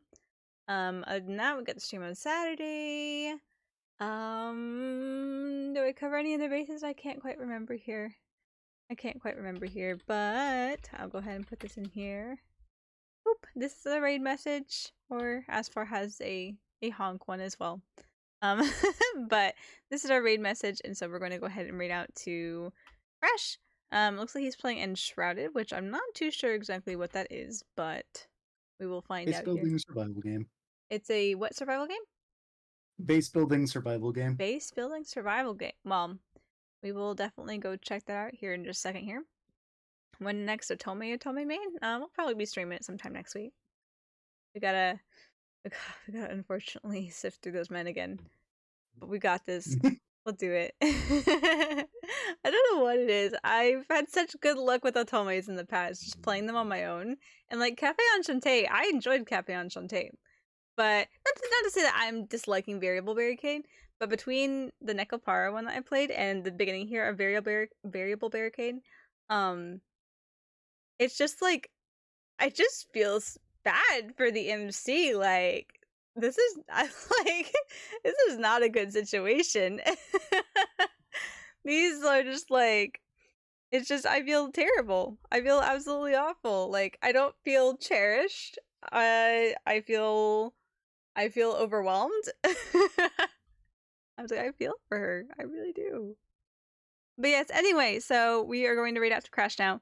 So thank you everybody for coming to hang out with me and Soph tonight. I hope you guys had a good time with enjoying what we've gone through and the story tonight. Slowly but steadily, we will get this trial finished up and wrap up Great Ace Attorney adventures here and move on to Resolve in a little bit. But yeah, and thank you so much. This has been Michio signing off. I hope you guys have a good night, and I'll see you guys on Saturday. Bye, guys. Bye.